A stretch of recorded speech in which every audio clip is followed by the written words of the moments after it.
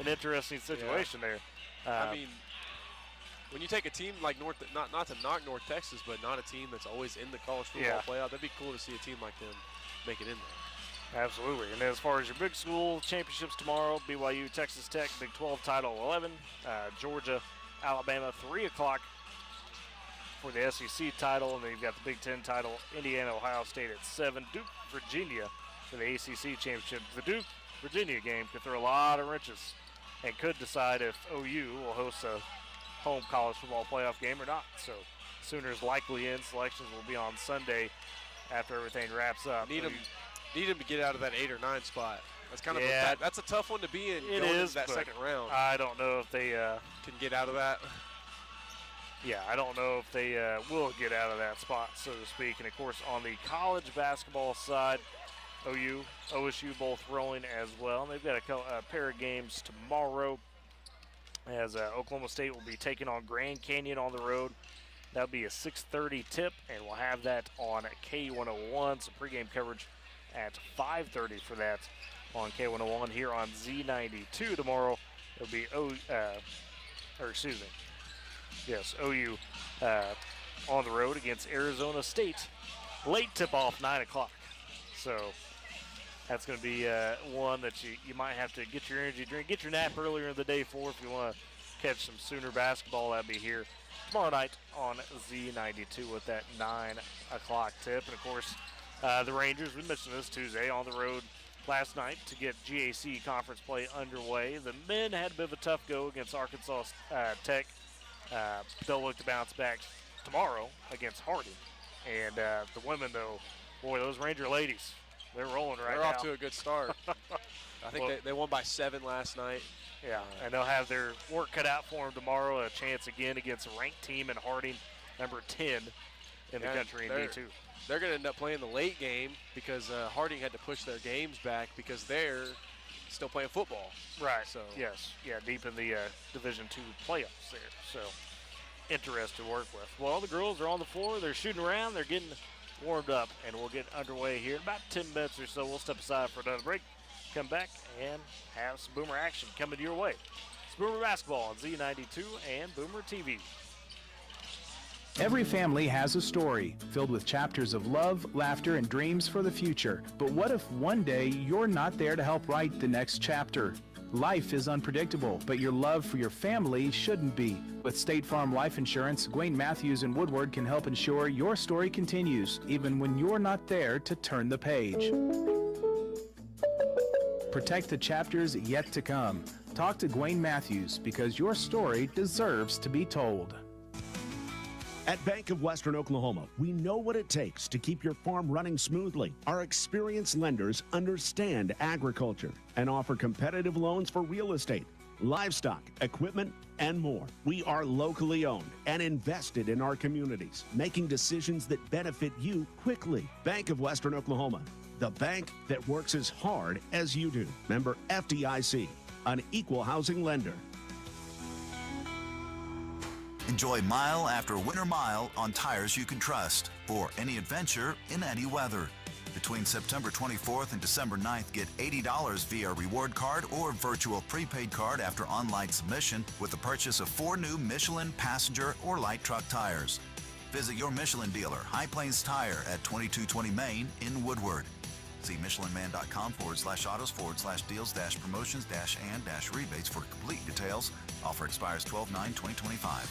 I did not think that I was going to be married and happy. Holding a job that is considered professional seemed out of sight for me. How much has DRS impacted your life? Oh my gosh, like very good. DRS changed my life for the better by offering me counseling and guidance and to instill hope in me so that I could overcome my barriers. See me. Not my disability.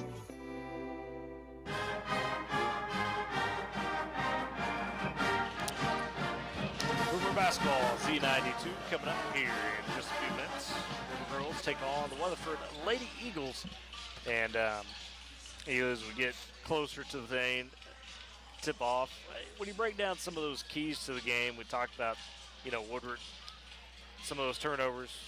The shooting's got to improve, obviously, tonight from game one. And a Weatherford team that is going to have, I say, some interesting pieces of their own. We talked about Givens. We talked about Talon Payne. When you look at it, you've got others in this lineup. Ella Strickler, a junior. Peyton Mills, a senior, likely starter as well. As Mackie Haggard, a sophomore. So they've got a little bit of a mix between those seniors, those juniors, and those sophomores. If you're the Boomers tonight, how do you take control of the momentum early in this game? Because it seems like when Woodward's able to do that, things kind of flow really well. Yeah, I'd say, control the pace. Don't let Weatherford, make you play at their pace of the game. Play the game the way that you want to play it. Don't let them, conflict with that. And, keep the turnovers to a minimum. Turnovers killed us last game. And just try to find easy shots early to get your confidence going would be the main thing as well. Your defense was good. Just keep playing defense the way you have, but I'd say just play your own game. Don't let them change the way that you guys have a game plan. Stick to that. Don't let them conflict with that. Well, probably I'd add too, got to finish your opportunities. You mentioned that defense. It was so good Tuesday night for most of the game. And there was a lot of layups, a lot of easy looks where they just didn't finish off. And, Kaylee Mills was one of those uncharacteristically kind of missed some easy layups. Lexi Middle couldn't quite get it to fall in the first half.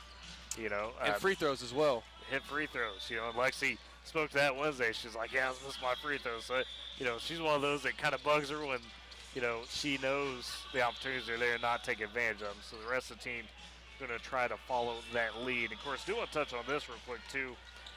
We talked about having the Chickasha tournament, and we'll have that coverage on Z92 for Woodward.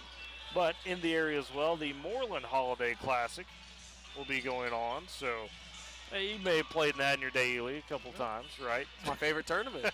Yeah, get to stay at home. Nothing wrong with that tournament. But as far as your brackets for that on the boys' side, pretty interesting lineup of teams. That first day will be Moreland, Wacomas, Texoma, Merritt, South Central, Sealing, Hennessy, Fargo Gage, Fort Supply to close the day on the girls' side for the bracket. Those teams as well. You'll have Fargo Gage, Fort Supply, Moreland to start for Wacomas, Texoma. And then Sealing, Enid Freshman in the afternoon. The nightcap will be Hennessy and South Central. I'll bring that up not only because it's, going to be a great tournament, some good talent, but we look like we might have some coverage lined up on K101 for that come Friday and Saturday, most likely, with Michael Barnes. So stay tuned on the details on that. That'll be a good deal. It'll be a lot of fun to have that. And speaking of Michael Barnes, who's with us on those state championship football games yesterday, and congratulations to the Sealing Wildcats. So speaking of Sealing, absolutely dominated. The Walika Outlaws got some revenge, and most importantly, snapped a 27-game win streak for Walika. Yeah, and kind of took the Outlaws down a peg. Here's the other impressive part of that, too, really. Last year, Sealing lost to Walika 54-12, right? So you had a little bit of that factor, and on top of that, Sealing completes a run for those seniors, Rush Hunt, Blake Chain, those guys. 4 straight state championship game appearances, and you win 2 of them. Yeah, you would like to win all 4, but just to get there 4 straight times, in any level of football, that's tough. You win 2 state championships in football in just 4 years of your high school career. I'd say that's successful, and to be there all 4 times, yeah, that's something to brag about. Yeah, come away with no worse than a silver ball your entire career. Nothing wrong with that at all. Fortunately for Laverne, Tigers didn't quite have the same success. They were able to clip them 14-6 in what was a defensive battle late last night. It was multiple opportunities for Laverne, just couldn't quite capitalize. Credit to Dewar, played through some adversity in that game. Lost her quarterback Peyton Kilhofer kind of midway through. Traver Jones, a freshman, came in and was able to lead the way and be the hero. So for Laverne, though, no shame in a great season. We talked about it last night with Michael, where a lot of people said, okay, you lose Felix Teal, White Tiller ain't there anymore. What does this team really got? And to get back to the state title game with that bunch, led by young sophomore Keaton Cox, that was impressive in of itself. Yeah, that's another one we just talked about, knowing how to win. Laverne Wildcats, they do a lot of winning. Tigers, I'm sorry. Laverne It's okay, Tigers. we talk Wildcats That's with ceiling, yeah. yes. But the Tigers, I mean, they do a lot of winning. They're going to continue to win even after seniors go. That's a school that, you know, you look at their schedule, their standings, you see a lot of W's. And, Oh, yeah. you know, it's going to keep being that way for a long time. Of course, we look forward to following their season throughout round ball as well, along with Woodward's. And we're on that road to the, I guess you could say, new big house. I don't know how we're going to term that yet, but be the first. The bigger house. The bigger house, as I like to say. Be the first state tournament week, if you will, for that brand new facility that they're opening in Oklahoma City. So Jim Nork Arena no more. Legendary. Arena gone, but, you know, we were talking with Van Schaven from the OSSA about that yesterday, and obviously everybody's going to have their memories from Jim Nork Arena and a lot of treasured memories, but this place is going to be new, shiny, and it's going to have all the amenities. So you look forward to making new memories, if you will, with a venue like that. Should be a lot of fun when we get down to it. Bank of Western Oklahoma, Advance Auto Group, Pioneer, Sealing State Bank, Wayne Matthews State Farm, High Plains Tire, all powering Boomer sports this season. Could not do it without them. As we get ready for this second game of the season for the Boomer girls, of course, going to be wearing their home white uniforms, the white tops, white bottoms, some black trimming, black numbers and text, and some gold trimming around the shoulders as well for the Boomers. For Weatherford, looks like they're going to be wearing their road black uniforms, black tops, black bottoms, some red and white trimming for the Lady Eagles of Weatherford. And we look at this one tonight. I got to think, hey, we mentioned some of those keys. Can Kaylee Mills keep that motor going? Because she's likely going to have to be the person, I imagine, that we put matched up with Deja Givens. And that's going to be a big key to be able to contain maybe the Weatherford Lady Eagles. And you know, tending to that, it's that two front at the half court that can really, you know, take some pressure off of her. You know, running down that new shot clock that we have, that's going to be a key as well. Thank you for reminding me about that. And I have to see, I didn't get to check on this pregame, but Coach Jones brought up a good point Wednesday night. That has got to be agreed to by both teams this year. It's not implemented every single game. So Oak City and Woodward had agreed to that shot clock. So we'll have to monitor that. I imagine next Tuesday with Anadarko, the notorious boys team, 4-2, I doubt we'll have the shot clock in that game. But because it is technically still in its trial phase of those bigger classes. So that'd be a little bit of a story to monitor, but Boomers did handle it well. Tuesday night. Didn't see any violations from the Boomers in that sense. As we'll turn it over here and have our national anthem moment of silence coming up and start lineups. Welcome to Boomer Fieldhouse and Jimmy Peck Court. Tonight we're Boomers host the Weatherford Eagles and Lady Eagles for basketball action. Before our national anthem, we will recognize a moment of silence so that you may, if you choose, reflect, meditate, pray, or engage in other silent activities. Please be respectful of others during this moment of silence.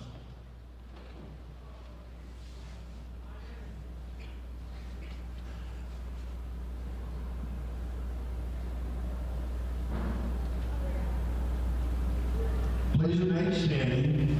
If you are able, remove your head coverings and face the American flag as the Woodward High School Choir performs our national anthem.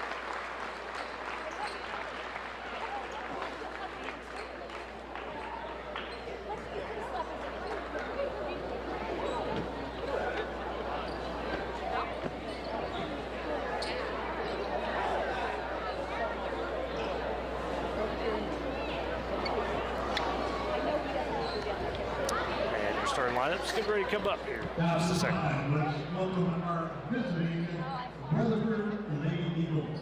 Your starter tonight, number 10, Ella Woodward. Number 11, Mason Newman.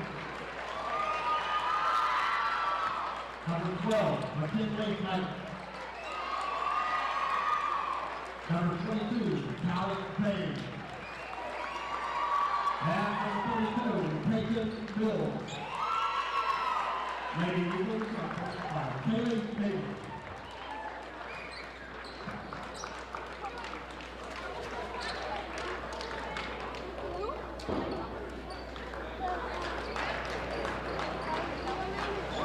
And now, give it up for the starters for Woodward, a senior, number 5, Lexi Kendall. And junior, number 13, Taylor Floyd.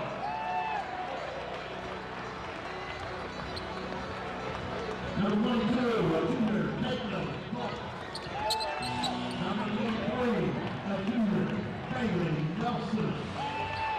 And number 24, a junior, Nick Mills. And there you have it, your starting lineup. So we'll repeat those real quick for the Weatherford Lady Eagles. Number 10, Ella Strickler, a junior. A senior, number 11, Deja Givens. Sophomore, number 12, Mackie Haggard.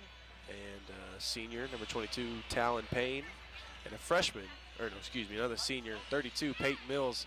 And for your Woodward Boomers, number 5, Lexi Mendel. 13, Taylor Floyd.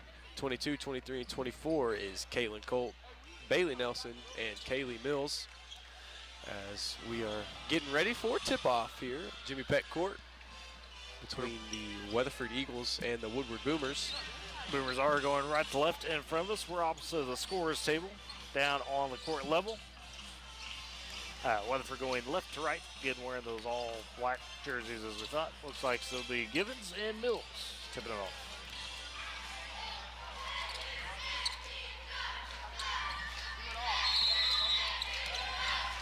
And here we go. Weatherford controls the tip-off with number 12, Haggard. She gives it to Givens. She's double-teamed and bounce pass over back to Givens. As she dribbles inside.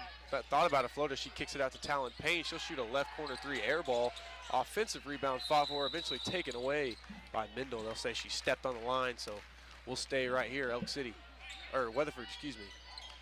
Yeah, and interesting, give up the open look to Payne early, but she's a little offline. First game for Weatherford, so maybe a little bit of rest there. And no shot clock, we can't confirm. Haggard rebounds it inside to Givens as she dribbles inside, spin move, spins back with the fake, and the floater's no good. Rebound taken by Mendel.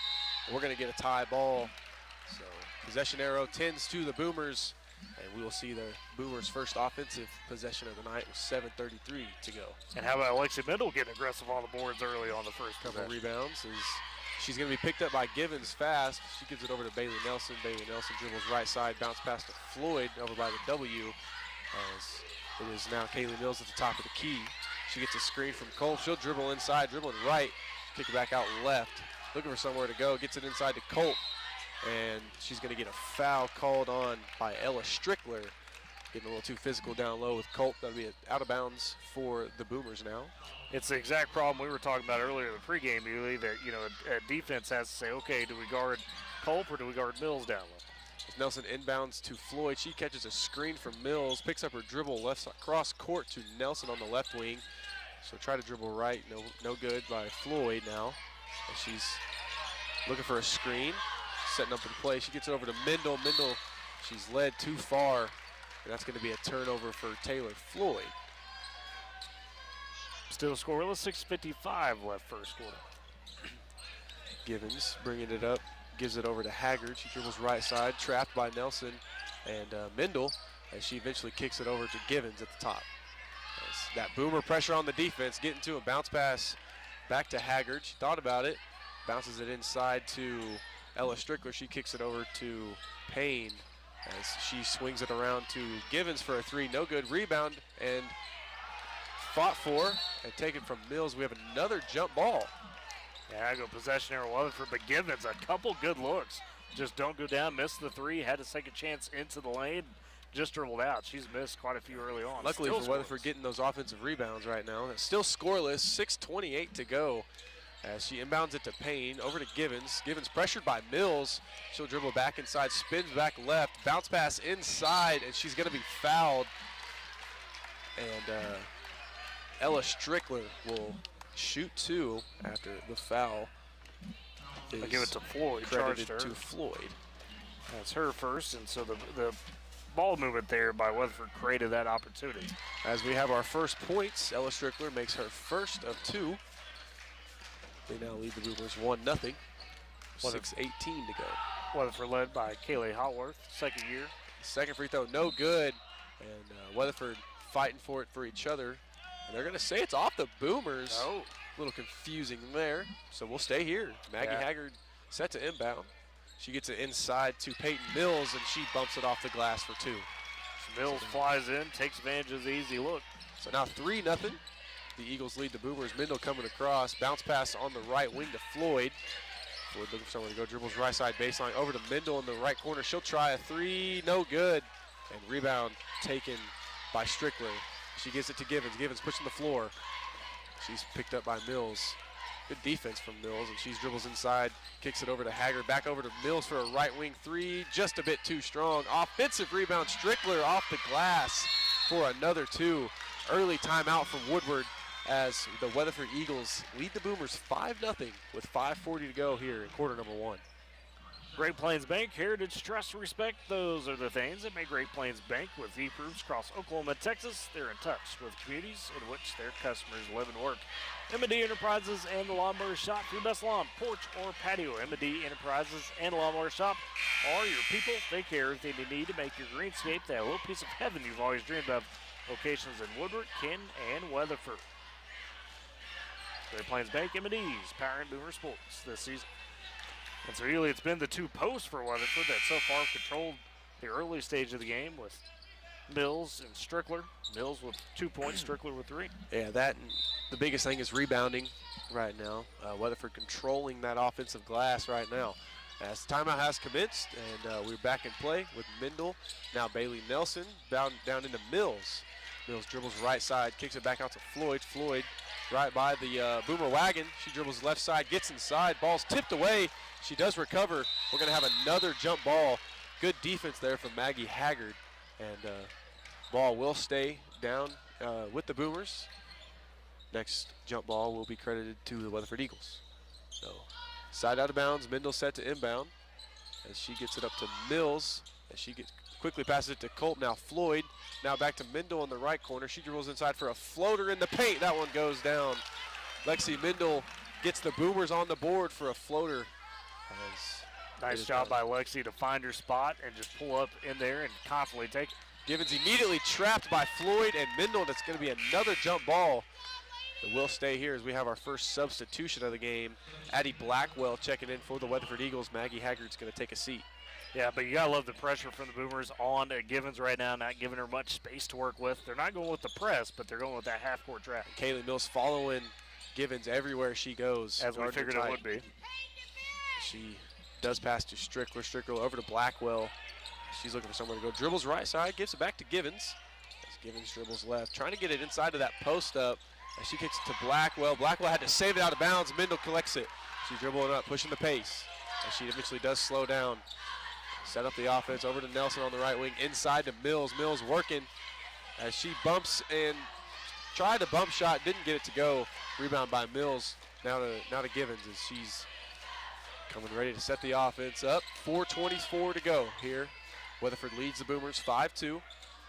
And it is now Strickler with the ball. Back to Givens in the left corner. She drives baselines. Bounce pass to Mills in the right corner. Just a bit too strong as rebound is taken by Mills. Mills to Mendel now. Mendel guarded closely by Givens.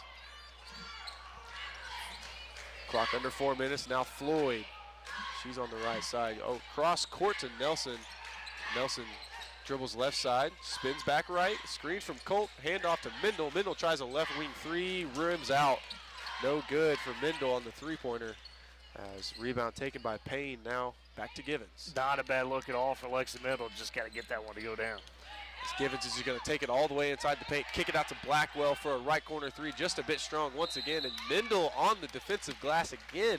She's going to draw a foul there from Strickler, as I think Strickler's going to take a seat now. We got a couple more substitutions. Maggie Haggard back in the game, along with Gracie Martinez for the Weatherford Eagles. Taking a seat is also Talon Payne. Yeah, and Strickler's got to go to the bench. She's got those 2 fouls, so that's why you see her check out. Mendel doing a great job getting those rebounds right now as they trail Weatherford 2-5. Colt now on the left elbow, takes one dribble, passes back out to Mendel. Mendel's going to drive left side, kick it out to Taylor Floyd in the left corner. Taylor Floyd trying to get somewhere, dribbles right side. She gets inside, right hand floater just off the glass as Colt rebounded, and she is fouled by Peyton Mills.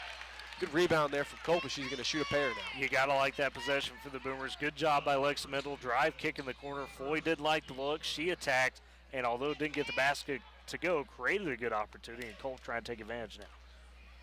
As Colt's first free throw is no good, so continue those free throw woes. Yeah, 11-23 Tuesday night for the Boomers. You lose by, 14 points, or 17 points. Colt's able to split the pair. Second one goes down. Now 3-5. The Boomers trail the Eagles with 3 minutes to go. Good defense from Mendel immediately. She gets the steal. She's pushing the pace.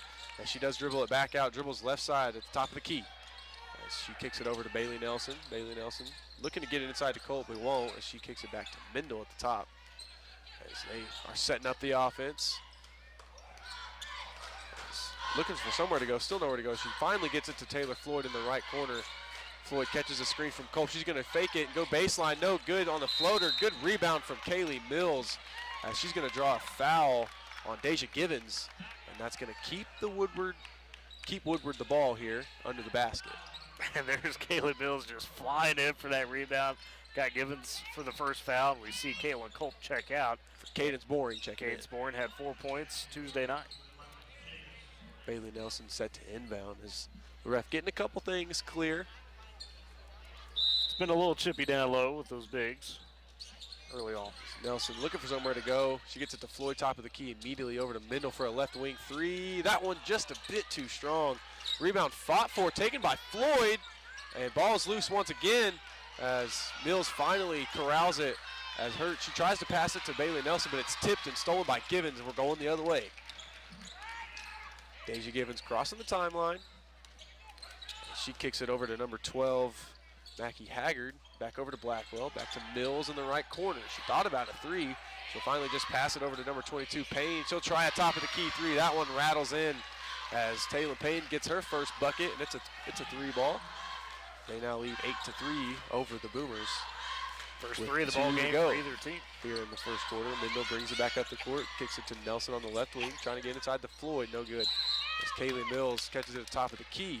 And we have a foul off the ball. Yeah, it was on Weatherford, a push as Peyton Mills was trying to fight through a screen. That is her second now, so Weatherford with a couple of girls in foul trouble early. And Peyton Mills likely to take a seat as Gracie Martinez immediately came to the scorer's table along with Caitlin Colt. She's set to check back in. And I believe that's going to send someone to the line now. Yeah, it's 5 for fouls. The Boomers. So it should be Lexi Mendel. Yeah. Shoot a 1-and-1. Sitting the screen. As another Boomer. No, okay, they do say free throws. It will be Kaylee Mills. Kaylee Mills, yep. And another Boomer comes to the scorer's table. Ella Howard set to check in. See the first minutes of the game for Ella Howard coming up. Kaylee Mills' first free throw, no good, is once again.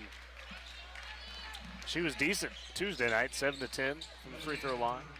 3-8, 1:53 to go. Boomers trail the Weatherford Eagles. Howard takes out Nelson. Colt takes out Bourne.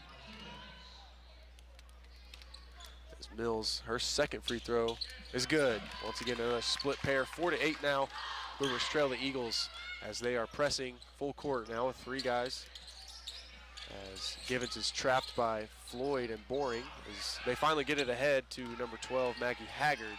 She dribbles to the right corner, back outside to Blackwell. Now to Givens at the top of the key. Minute 30 to go. As it's Haggard now.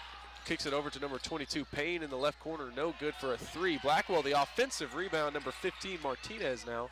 As she gets it over to Haggard, she'll try another three. That one off the glass and good. So Mackie Haggard, that's her second basket. Boomers have given up a couple of those open three-point looks. You don't want Weatherford to start getting in a rhythm on them. Mendel brings it up now to Floyd, left wing.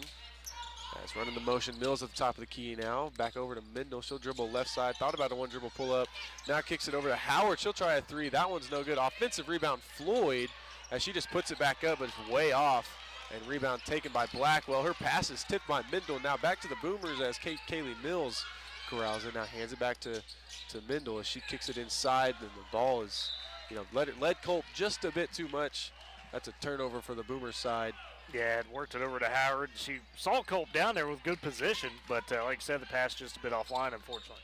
43.9 to go here in quarter number one. As Boomers still trying to trap. Givens giving her some troubles as Mendel and Howard now trapping her. She bounce passes it over to Blackwell. Blackwell guarded by Floyd. She dribbles inside, kicks it back out to the wing. Blackwell again inside. Now outside to Givens, wide open, top of the key three. Nothing but the bottom. As Deja Givens gets her first three-point basket. They now lead 14-4 over the Boomers as clock reaches 15 seconds. Ella Howard now has the ball. She kicks it over to Taylor Floyd on the right side. Back to Howard, left wing. Culp, top of the key now. Bounce pass inside, stolen away by Givens once again, as it is now in the hands of Taylor Payne. As Givens is going to try a half-court shot just off the glass. So that ends the first quarter 14-4 in favor of the Weatherford Eagles. We'll step aside for a quick break. You're listening to Boomer Basketball on Z92 and Boomer TV. Life moves fast, and you deserve internet that keeps up. Say hello to Pioneer Fiber Internet with blazing fast gig fiber speeds designed for the way you live, work, and play. From ultra-smooth streaming and lag-free gaming to lightning-fast downloads and crystal-clear video calls, Gig Fiber gives you the speed and reliability to do it all. Visit GoPioneer.com to sign up today. Supporting communities in every way, Sealing State Bank is thrilled to bring hometown banking closer to you with a brand new branch in Woodward. Welcome. Now offering full-service banking close to home, from personal checking and savings to home and commercial loans, Sealing State Bank has you covered. Enjoy the convenience of mobile and online banking, wire transfers, and so much more. Sealing State Bank, your trusted partner in Woodward. Come visit at 2314 Williams Avenue and experience hometown banking at its best. Jimmy Peck Court, Boomer Fieldhouse. As after the first quarter, it's Weatherford on top of the Boomers 14-4. The difference so far in that first quarter, Weatherford with 3 made three-pointers. The Boomers eagerly trying to force some pressure, but ultimately, unfortunately, Weatherford responded to it. Givens has been a facilitator like we thought she might be. Yeah, she has, and just main thing is the rebounding. Both sides of the ball, Weatherford controlling that right now, and the pace of the game. Woodward did a good job right there near the end as we are set to begin play in the second quarter. Bounce pass to Blackwell. She's guarded closely by Floyd. Good defense. She gets it over to number 12, Haggard, who stepped out of bounds. Good defense from Culp to force that turnover. Now Boomer Basketball. Boomer Basketball, KMZE, FM Woodward, Z92, and Boomer TV tonight. Mendel cross half court to Nelson. Nelson on the top of the key to Floyd now. Close defense from 22, Payne. Nice bounce pass right side to Lexi Mendel. Mendel trying to get somewhere to go. Good defense as she kicks it to Bailey Nelson. Bailey Nelson, good shot fake. She'll try a free throw line jump shot, and it is no good. Rebound Eagles now to Givens. Case of what we saw Tuesday. Good looks, just can't get them to go down right now for the Boomers. Right you are. Blackwell now kicks it out to number 15, Martinez. Her three is no good. Rebound taken by Kaylee Mills, and she is fouled by number 21. Patty Blackwell. Yeah, Patty Blackwell on her first. And Weatherford getting in some foul trouble. I was going to say that's the one thing Woodward's been able to do in that first quarter. You got Peyton Mills with a couple of fouls. We saw Ella Strickler with a couple of fouls, so Alex Strickler, I should say. Boomers trying to get something to go on offense. Now Nelson on the left corner. She's thinking about a three. She won't do it. Dribbles left side. Splits the double team. Back out to Mills. She's wide open, top of the key three, just a bit offline. Rebound by Blackwell. As she gets it ahead to Givens. Givens cross court to Taylor Payne in the left corner, Bounce pass off the line. Stolen by Taylor Floyd. Taylor Floyd pushing the pace on the left side. She'll get an easy two with the left hand off the glass. makes it 14-6. The Eagles lead the Boomers with 6:42 to go here in the second quarter. Nice steal and finish by Floyd. Saw Givens kind of coming at her last moment, shielded and went up with the left and completed the layup. It's Givens on the other end, guarded by Mendel. Looking for somewhere to go. She gets it over to Haggard, who just falls over after that, and Culp contains the loose ball ahead to Mendel. Mendel, good pass inside to Kaylee Mills. Kaylee Mills couldn't quite handle it. And it was a touch high, too. Bit of a laser from Mendel. So you like the idea, though. You want to see him push that pace. That's where we're at right now with this Boomer squad. It's two tough opponents. Ely, we can see the makings of things going well. It's just trying to finish off these possessions and quarters. Ella Howard checking back in. Kaylee Mills sit for the first time she's going to sit all night. So Eagle basketball with Givens bringing it up. 6:20 to go here in the second quarter. 14-6. The Eagles lead the Boomers as the offense setting up. Givens guarded by Mendel. As Givens gives it away to a new player, Lane Navarre of the Eagles, as she kicks it to Blackwell. Blackwell trying to pass, stolen away by Floyd, as she's got a layup on the other end. She can't quite get it to go. Rebound taken from Payne. She's pushing it back the other way over to Navarre. Navarre spins back to Payne for a free throw line jumper. That one swishes home. Now 16-6. Eagles over the Boomers. 5:40 to go in quarter number 2.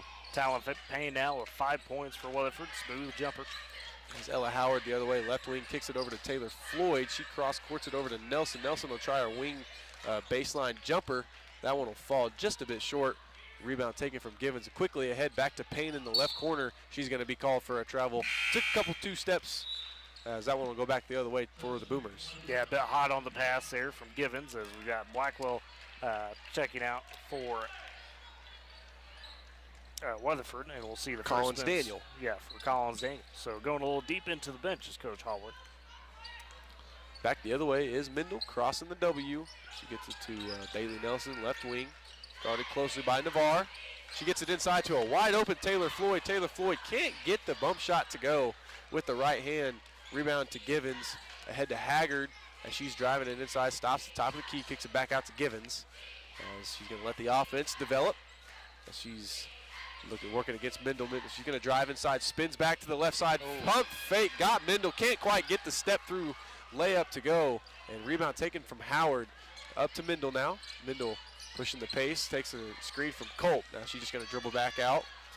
And dribbling the left side now. Couple crossovers as she's trying to get Givens to bite. Can't do it. She gets it to the left corner to Howard. Howard going to dribble it back outside to Floyd. As Floyd has a trump. She's going to dribble handoff to Lexi Mendel. Mendel back at the top of the key. 4:25 to go here in the second quarter. We got 3 seconds in the lane called off the ball on Bailey Nelson. It's going to be a turnover for the Boomers. Back Weatherford the other way as Mills and Zoe Chavez check into the game. Floyd and Culp are going to take a seat. First minutes of the night for Chavez. Saw her a few times out there Tuesday night. Navarre ahead the other way to Haggard. She's guarded closely by Nelson. Bounce pass stolen from Howard. We're going to have yet another jump ball. But good defense from Howard, and the possession arrow this time favors the Boomers. So yeah, Coach Jones really speaks highly of what Ella Howard could bring this season. Just a sophomore, and said she had a really good camp, if you will, coming into the season. There was times where she was shooting it really well, and so trying to tap into some of that confidence is happening. Mendel gets it ahead to Chavez, right wing. Bounce pass inside to Nelson. As she's looking to get it to Mendel. Mendel closely guarded by Navarre. She bounce passes it inside to Mills. Now she's working. She gets inside. Right hand layup is good. Count the basket. And here comes a free throw for Kaylee Mills. She's going to try to finish off a three-point play. First field goal May of the day for Kaylee Mills, up to 3 points, and had to work for that one. Put a little English on it to try to make sure that went in. Foul charge to Daniel, her first. Prior to the English, a good spin move on Daniel. Daniel trying to catch up and caught the right arm of Kaylee Mills as her free throw to complete the 4-point play is good. So 3-point play. I'm used to making the 4-point plays. Oh, okay. Okay, sure. Sure, Weatherford's ball now. Payne pushing the pace. Don't do that. And Navarre now trapped from Nelson and Howard. She coughs it up. Loose ball controlled by the Boomers as it's Bailey Nelson looking for somewhere to go as she finally gets it ahead to Mendel on the left side. She dribbling it inside. Looking for somewhere to go, dribbling out. 3:30 to go. As the offense setting up. Kaylee Mills steps up. She gets it over to Howard, back inside to Mills. Mills going to work again. She gets inside. Mills gets another basket to go. Working against Givens there. Got around her off the glass for another two. Now 16 to 11. Boomers trail the Eagles as we had the ball tipped out of bounds after the Boomers applying pressure on the defensive side. And Mills, after that bucket, fired up. Not necessarily about the bucket, but telling her team, hey, we got to get back on those because that's where you get that pressure set up. Kaylee up to 6 points now. The Boomers 11 as we get Taylor Floyd quickly back in. Lexi Mendel will get her first rest of the ball game.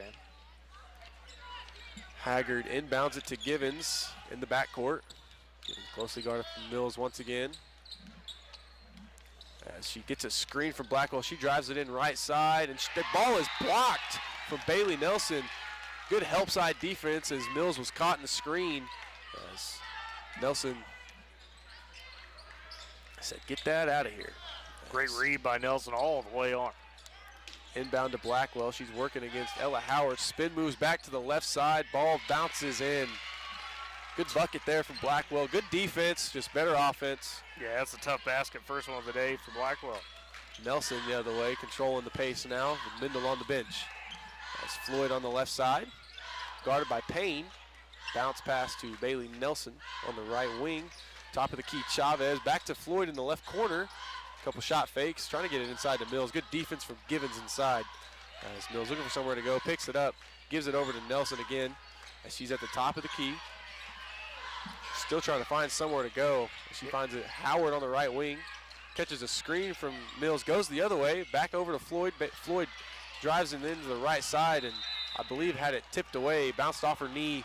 Going back the other way for the Eagles. Yeah, just tough possession for the Boomers. Weatherford, as you mentioned, doing a really good job inside, not letting Givens was the one harassing Mills to make sure she couldn't get to her spot. Mendel right back in the game after one offensive possession. Not something super, shocking to see after that. And it'll be Chavez checking out. And the reason that is because you got to have somebody be able to drive from that wing to create the pressure, and none of the Boomer guards were doing it. As Givens in the backcourt, crosses front court over to Blackwell, back to Givens at the top. And she kicks it inside to Navarre. Navarre left corner, dribbles back out to Givens. Givens guarded by Floyd. Givens pump fakes once and then just pulls up a bit too strong. Rebound is from Blackwell on the Weatherford side, and she's going to draw a foul. I believe that's going to be on Floyd. Had a couple Boomers in the air on that. Tough rebound from Blackwell, and I think you're right, Floyd. Nope, it'll be Howard, excuse us. Ella Howard picks up that first foul. As inbounds to Payne. Payne dribbles into the right side, kicks it back out to Givens. Givens on the right wing, step back, three-pointer, just a bit off. And rebound taken from Floyd. Floyd trying to get it ahead to Nelson. Nelson does corral it as she is going to get fouled. As Weatherford trying to trap there, but Payne just a bit too aggressive. She's going to pick up the body foul. Yeah, a bit of a break there for the Boomers as Nelson was in a bit of a tight spot. But 18-11, minute 28 left in the half. The Boomers trying to make a run here to bring it a little closer. Payne her first foul. Mendel back in as she's controlling the offense, kicks it over to Nelson. Nelson going to drive right side, back to the top of the key to Mendel. She'll try a top of the key three, just a bit too short. Rebound Mendel, and she's going to be called. Rebound Colt, excuse me, and she's drew the foul on Payne there. That's going to be Payne's back-to-back fouls. Yeah, Payne kind of undercut her. Not intentionally, I don't think, but just good job from Colt to gain that position and draw that foul on Payne to force a substitution. Now Gracie Martinez checks back in. That was Payne's second foul, so that's the reason the sub. As Floyd inbounds to Mendel. Mendel looking for a foul, didn't get it. As rebound taken from Givens, and she's back up the front court. Givens looking for somewhere to go. Kicks it right corner to Blackwell. Blackwell fake. Dribbles inside. Kicks it back out to Martinez. Martinez going to try a left wing three. That one swishes as that is a three-pointer for Gracie Martinez. Now 21-11. The Eagles lead the Boomers with 45 seconds to go here in the first half. It's Nelson the other way at the top of the key. She's looking for somewhere to go. Gets it inside to Colt. Cope working on the left corner, dribbles to the top of the key, back out to Floyd for a, she'll try a left wing three. That one's way off. And we are going the other way as the ball goes out of bounds. Weatherford ball, 30 seconds to go here in the first half. Yeah, great defense again from Weatherford there on the perimeter, inside. Not much breathing room right now for the Boomers. Givens gets the inbound trap, bounce pass over to Haggard. Haggard-Martinez now to Blackwell in the left corner, and she tries to get it to Givens. It is stolen away from Mindel. Mindel looks like she's going to hold for the last shot as we approach 15 seconds. They trail the Eagles 21-11. Top screen from Mills. As Mindel going to drive inside, left elbow jump shot, just a bit short. Rebound, offensive rebound, Colt back up and off the glass for two. Caitlin Colt with a great rebound to cap off that first half as they trail the Weatherford Eagles 21-13. We'll step aside for a quick break. You are listening to Boomer TV, Boomer Basketball on Boomer TV and Z92. Every family has a story filled with chapters of love, laughter, and dreams for the future. But what if one day you're not there to help write the next chapter? Life is unpredictable, but your love for your family shouldn't be. With State Farm Life Insurance, Gwayne Matthews and Woodward can help ensure your story continues, even when you're not there to turn the page. Protect the chapters yet to come. Talk to Gwayne Matthews because your story deserves to be told. For more than a century, Bank of Western Oklahoma has stood by our communities, understanding the unique culture and values that make Western Oklahoma special. As a locally owned and operated bank since 1908, we're not just bankers, we're your neighbors. We've seen generations grow, businesses flourish, and farms thrive. And we've been there every step of the way. Trust in a bank that shares your roots and works as hard as you do. Bank of Western Oklahoma, member FDIC. An equal housing lender. Hungry? Head to Longshots Bar and Grill in downtown Woodward. Bring the whole crew for juicy ribeye steaks, giant burgers, wings from mild to flaming hot, fresh salads, and more. There's something for everyone, including the kids. Planning a party or team celebration? Check out the upstairs golf and gun bays or ask about our group catering options. Longshots Bar and Grill, downtown Woodward's favorite hangout and the official home of the Boomer Coaches Show every Wednesday from 6 to 7. Come hungry, leave happy, and make it a night to remember. They don't want to hire you because your paper might say Oklahoma School for the Blind. I was just completely homebound because I was always too afraid to go outside. I want to be a productive member of society, and that's what DRS has given me. They offer you opportunities to like getting a job, helping you learn how to advocate for yourself, find the best way to try living your life in the fullest way possible. Oklahoma and DRS has been the biggest blessing in my life. See me. And not my disability.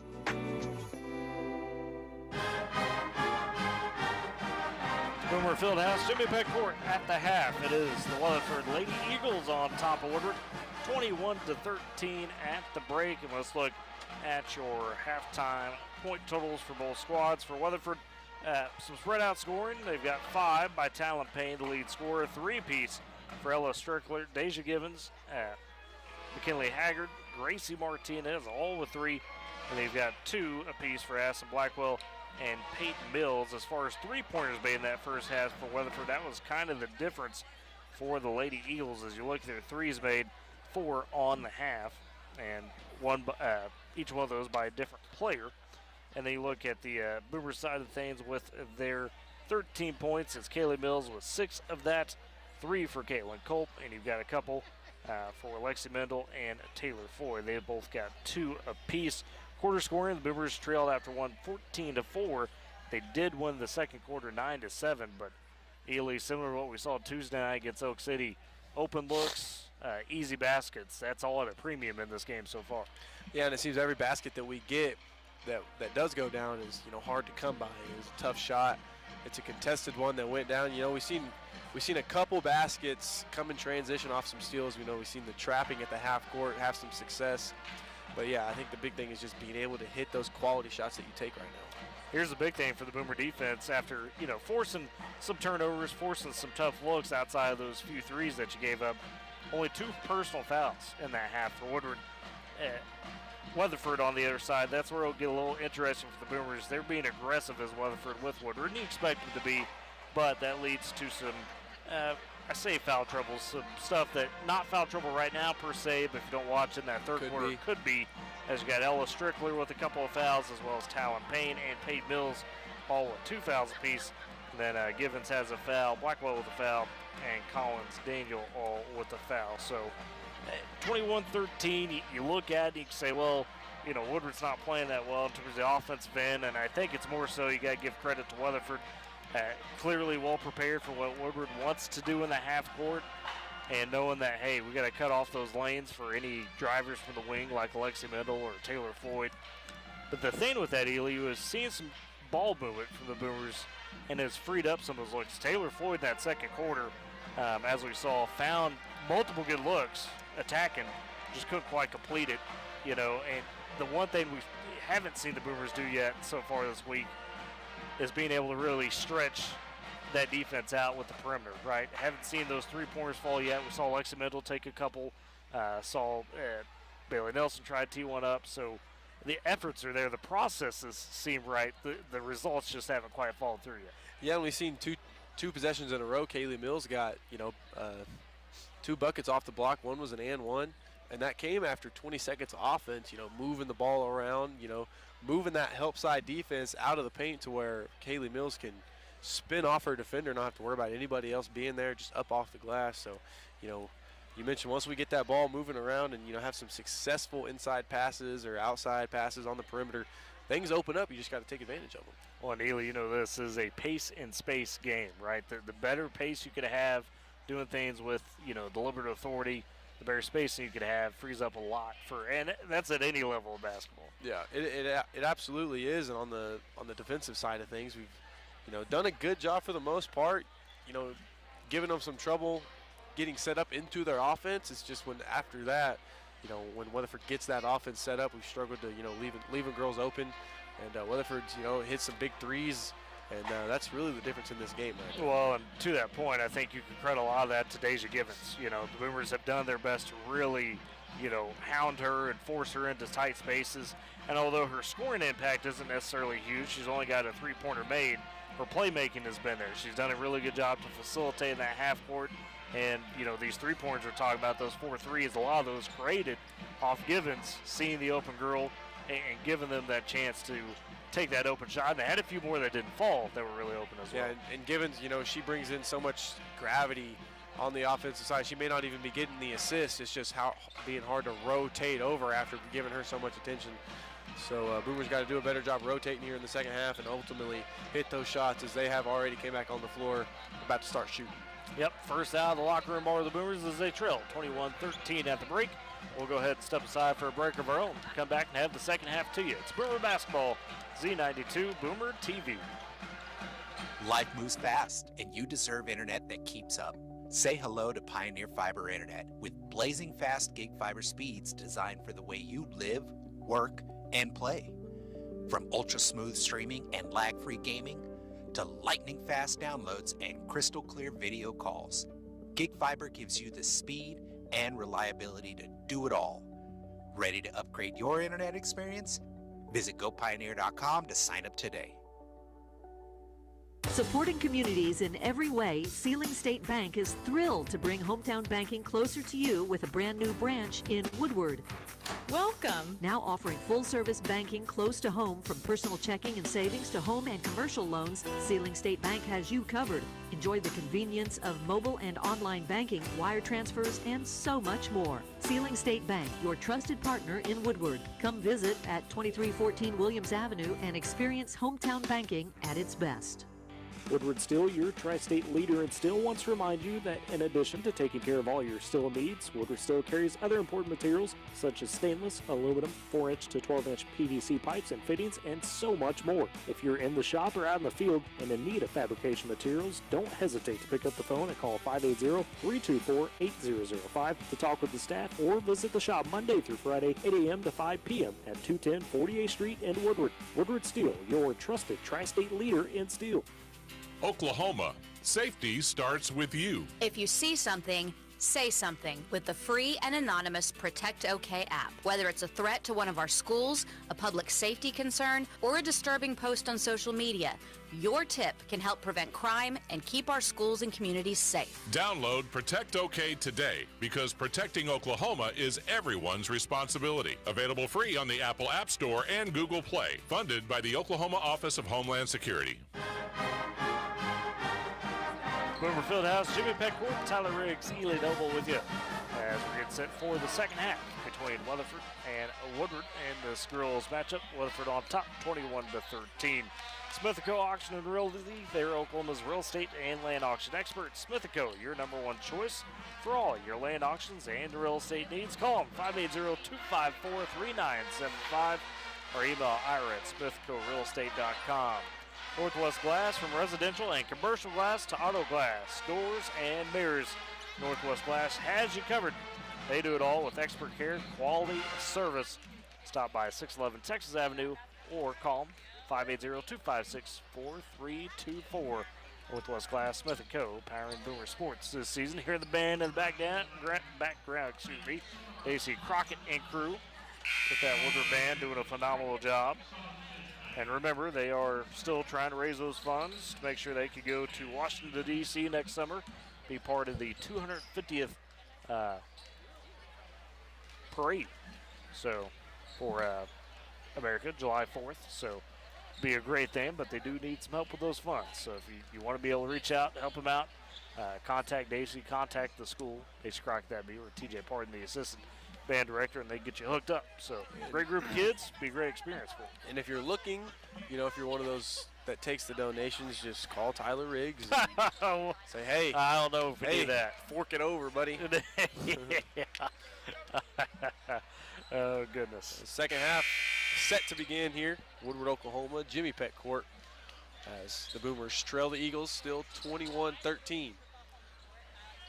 Won that second quarter, like we mentioned, 9-7. Can you find a way to gain some momentum here in the third? Yes. Right in front of the scorer's table, set to inbound Taylor Floyd. Lexi Mindel in the backcourt, and here we go. Second half play underway. Mindel into the right corner to Floyd. She catches a screen from Culp, takes it now right wing, gets it inside to Floyd. Good defense from Givens as she steals the bounce pass away. And she'll bring it up back for the Eagles. As she passes it left corner to Peyton Mills. Good defense from Cole. Peyton Mills got to get rid of it to Payne. Right wing, no good. Mills, the defensive rebound. She's pushing forward.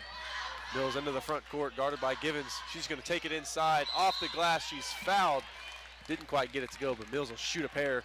Good rebound and good pace there from Kaylee Mills, rewarded with 2 free throws. Yeah, something we didn't get to see a lot in the first half from Kaylee Mills, that pace, that willingness to say, I'm just going to put my head down and attack. Saw it a little bit in that second quarter, but first time we see it here. Now, Peyton Mills has 3 fouls, so she'll probably have to like what you said. As Kaylee Mills does miss her first free throw, just a bit too strong. Brewers with a few missed free throws in this game again, so. Substitution does come in. Say 11-23 Tuesday night, so trying to be a little bit better at that tonight. Mills' second free throw is good. So Mills 3 times to split a pair. Is now 21-14. Boomers trail the Eagles. 7:20 to go here in the third quarter. And Boomers back in that press we talked about. Givens gets it ahead to Blackwell, who checked in for Mills just a second ago. Back to Givens. Givens drives it in. Bounce pass inside to number 10, Ella Strickler, and she puts it off the glass for 2. Good pass inside from Givens for 2. Showing that playmaking is Givens. That's what she does. She can facilitate really well. Mindel the other way to Floyd. Floyd guarded by Haggard, and she just has it taken away as Haggard passes it quickly ahead to Blackwell. Another pass inside to Strickler, same thing, but she misses it this time. Gets her own rebound, goes back up and no good. And the ball's going to stay here as it's tipped out by Floyd. Yeah, Floyd couldn't get the position for the defensive rebound because Strickler just camped down there on the block. At least made sure she didn't make the easy basket. Haggard sets an inbound under her own basket. She gets it to Payne on the right wing. She's going to shoot the 3, just a bit too strong. Offensive rebound taken from Blackwell. Back to Payne. Thought about it again, said no. As is bounce pass over to Blackwell. Now to Givens, guarded by Culp now. As she says clear out. Remember, no shot clock tonight, so all the time to operate. Givens drives it left side, spins back right, back to Blackwell, left wing. Back to Givens in the left corner. She thought about a 3, now she's going to drive inside. Step through with the right hand, just a bit too strong. Defensive rebound taken Bailey Nelson. Bailey Nelson pushes it into the front court.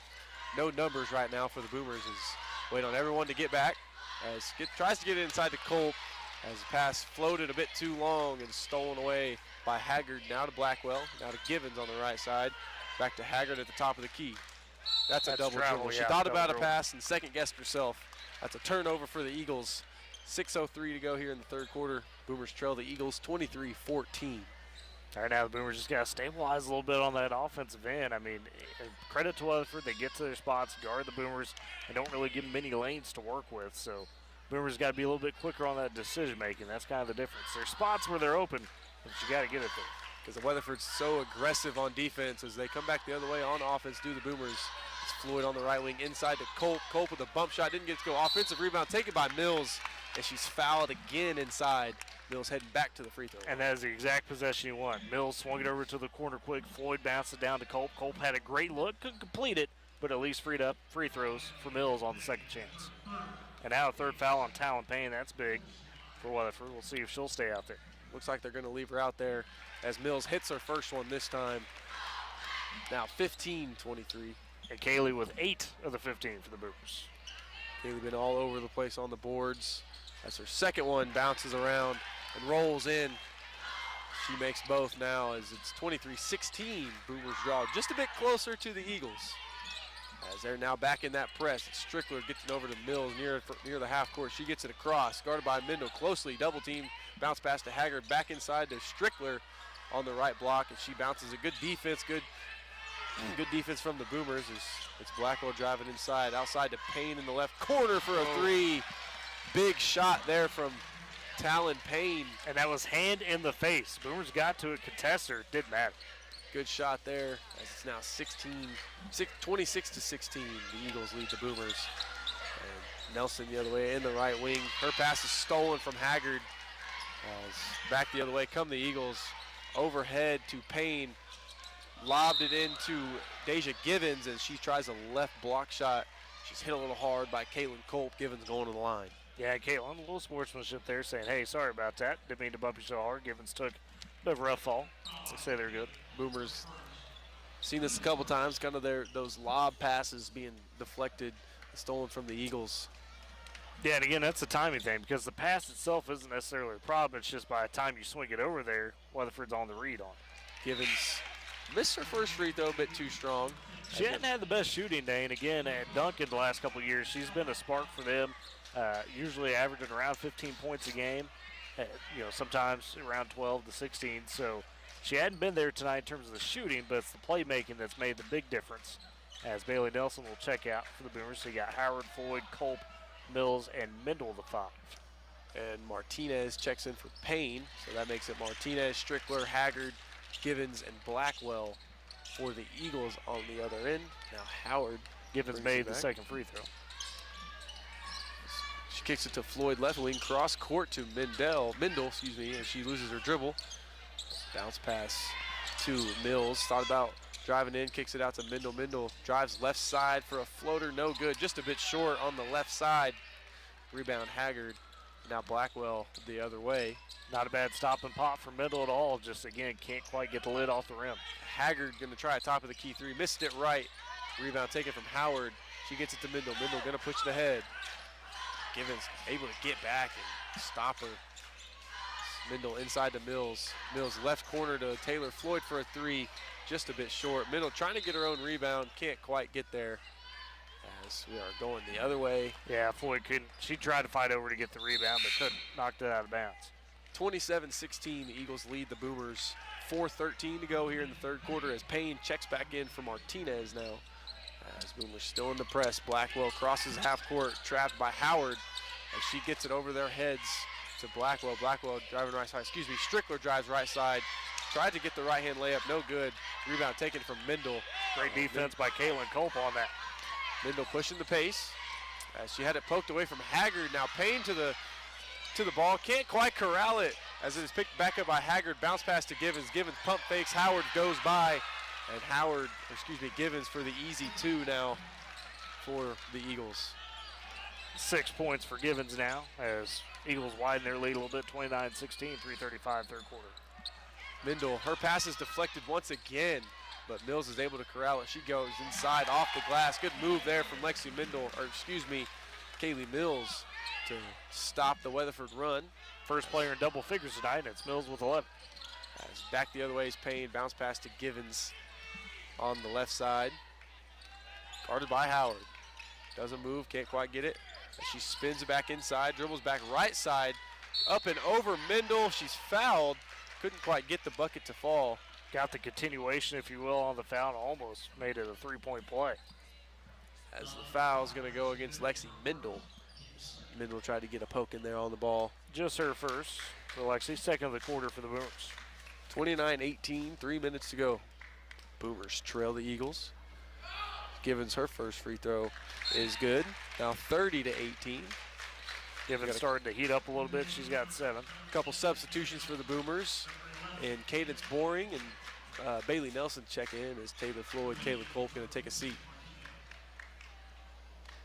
As they join Ella Howard, Kaylee Mills, and Lexi Mendel as Givens' second free throw falls down. Now 31-18, 3 minutes to go. Eagles lead over the Boomers. Mendel brings it back the other way to Ella Howard on the right wing. Her three is good. Excuse me, that's Cadence Boring. Or excuse me, no, that is Ella Howard. Yeah, you're right. My apologies. As that is the Boomers' first three of the ball game. First three of the ball game, first 3 points for Howard. Givens immediately the other way, getting inside, kicks it back out to Blackwell. She drives the right side, looking for somewhere to go as she gets it to Haggard. Haggard dribbling left side, gets inside. Her left-hand floater bounces around and rolls just out as Bailey Nelson controls the rebound, and ball kicks off her foot as she's trying to push the pace. And they're gonna say it was off the Eagles. Givens can't believe it. Bit of a break there for the Boomers because it definitely looked like it was off her foot. It was off her foot. So we'll take that though. Yep. Mendel crosses half court. Gets the call from coach. Bounce pass now to Howard. She'll try another three. Missed it just a bit short. Gets her own rebound. Back out to Mendel. She's guarded by Haggard. Gets inside. Stops. Pops. Just a bit short. Once again, rebound Bailey Nelson as we have a timeout call by Coach Jones. Being on top of it because the possession arrow was going Weatherford's way, so you save that possession. Timeout Boomers, 31-21. 2 minutes, 10 seconds to go here in the third quarter. Great Plains Bank, heritage, trust, respect. Those are the things that make Great Plains Bank great. With deep roots across Oklahoma and Texas, they're in touch with the communities in which their customers live and work. M&D Enterprises and the Lawnmower Shop. For your best lawn, porch, or patio, M&D Enterprises and the Lawnmower Shop are your people. They carry everything you need to make your greenscape that little piece of heaven you've always dreamed of. Locations in Woodward, Canton, and Weatherford. M&D, Great Plains Bank, hiring Boomer Sports this season. So the Boomers easily get that three-pointer from Ella Howard. And Coach Jones spoke Wednesday night about her being able to, I mentioned a second ago, there's times in camp where she was just lighted up, day in, day out. So they're going to trust her and give her that green light. And that's something we've talked about. The Boomers have lacked these first 2 games. Got to have somebody that can stretch the floor with that deep ball. Yeah, we've seen Ella Howard take a few threes last game. Not a lot of threes were taken because they weren't falling last game. Now, finally gets one to fall as Boomer basketball underneath their own basket as Mendel gets it inside to Bailey Nelson. She drives and she's fouled on the body.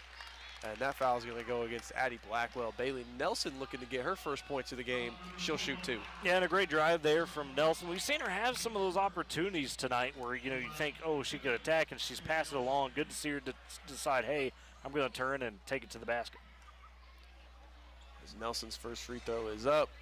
That one falls down. Lead cut down to single digits.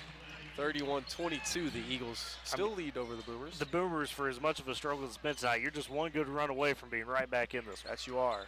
As Nelson's second free throw is no good. Rebound fought for and taken by Strickler. She bounce passes to Givens. Givens bringing it back up. Now they're trusting Nelson to guard Givens here. As that she does is Givens driving inside. She tries the right hand floater. It's no good. Missed it short. Rebound from Mills. Now over to Mendel. Mendel pushing the pace forward into the right corner. Dribbles baseline. Looking for the reverse floater. No good as she does kick it out to Ella Howard. She tries a 3. Missed it way short. And rebound taken by Blackwell. And she's going to get called for the up and over on the carry. As a bit of a questionable call. The Weatherford crowd not liking that one. And for the Boomers, though, we see Lexi Mendel all the time taking underneath the basket. She likes to be able to either go reverse layup or kick it out, and she kicked it out to Howard.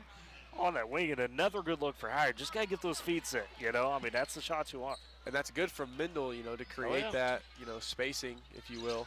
Now Mendel, she gets it over to Nelson. Nelson into the corner to Kaylee Mills. And she kicks it to the left corner, left wing to Mendel. She tried a three. And then Kaylee Mills got the offensive rebound. And then they call a foul. For the personal foul. Yeah. And once again, crowd can't believe it on our side now. Yep, as the pendulum swings, right, with the calls. First foul, though, of the game for Kaylee Mills. Has played pretty clean despite having to battle down low. Mills pleading the case to her parents. As Given comes the other way. Minute to go here in the third quarter. Eagles lead the Boomers 31-22 with Blackwell at the top of the key, driving it left side, back out to Haggard. Haggard going right, spins it back left. Good defense from Kaylee Mills as she pokes it away. Ball fought for on the ground, and we're going to have a jump ball. Possession arrow staying with the Weatherford Eagles. Cadence Bourne getting down, trying to strip it away for the Boomers after Mills poked it away. Good poke. The jump ball. Good poke away from Kaylee Mills. Nevertheless, that gives us the next possession. We'll see Howard and Bourne off, and Caitlin Culp, Taylor Floyd back on.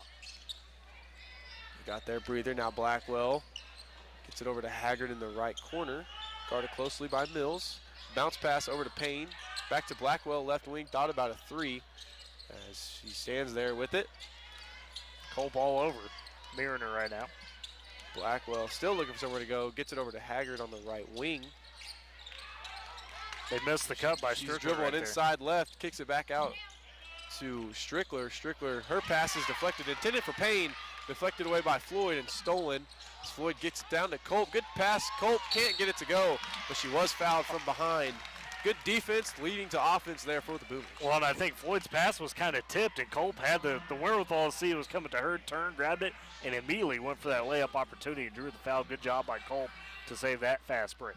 Second foul of the game on Blackwell. So Boomers can draw just a bit closer as they do that there. Culp's first free throw rattles in. I mean, Weatherford's not putting you away, right? If you're Woodward, right? So you got to use this advantage, like I said, and take a chance. As Culp's second free throw bounces around once again and drops through. Now just a 7-point lead for the Eagles, 31-24. As we have another steal for the Boomers as Kaylee Mills brings it the other way. She's going to go inside just a bit too strong on the right-hand layup, like the aggressiveness. But as we are now down to 10 seconds in the third quarter, as Givens trying to find somewhere to go with it. She's going against Floyd. She's going to dribble inside, stop, kicks it out to Haggard for a right corner three, and she's fouled. Oh, so Haggard going to shoot 3 free throws with just 2 seconds to essentially wrap this quarter up. 2.1 on the clock. And it was, you got to give Givens credit because that was a great dish, you know, stopping on a dime and kicking it to the corner. So it caused that reaction from the Boomers, and Floyd picks up her second. So Haggard going to shoot 3 now. Her first free throw is off just a bit long, as we're going to have a substitution after this free throw. Looks like Al Howard for the Boomers, Martinez for Weatherford. As Haggard drills her second of 3. 32-14, the Boomers trail the Eagles. Haggard with 4 points on the day for Weatherford.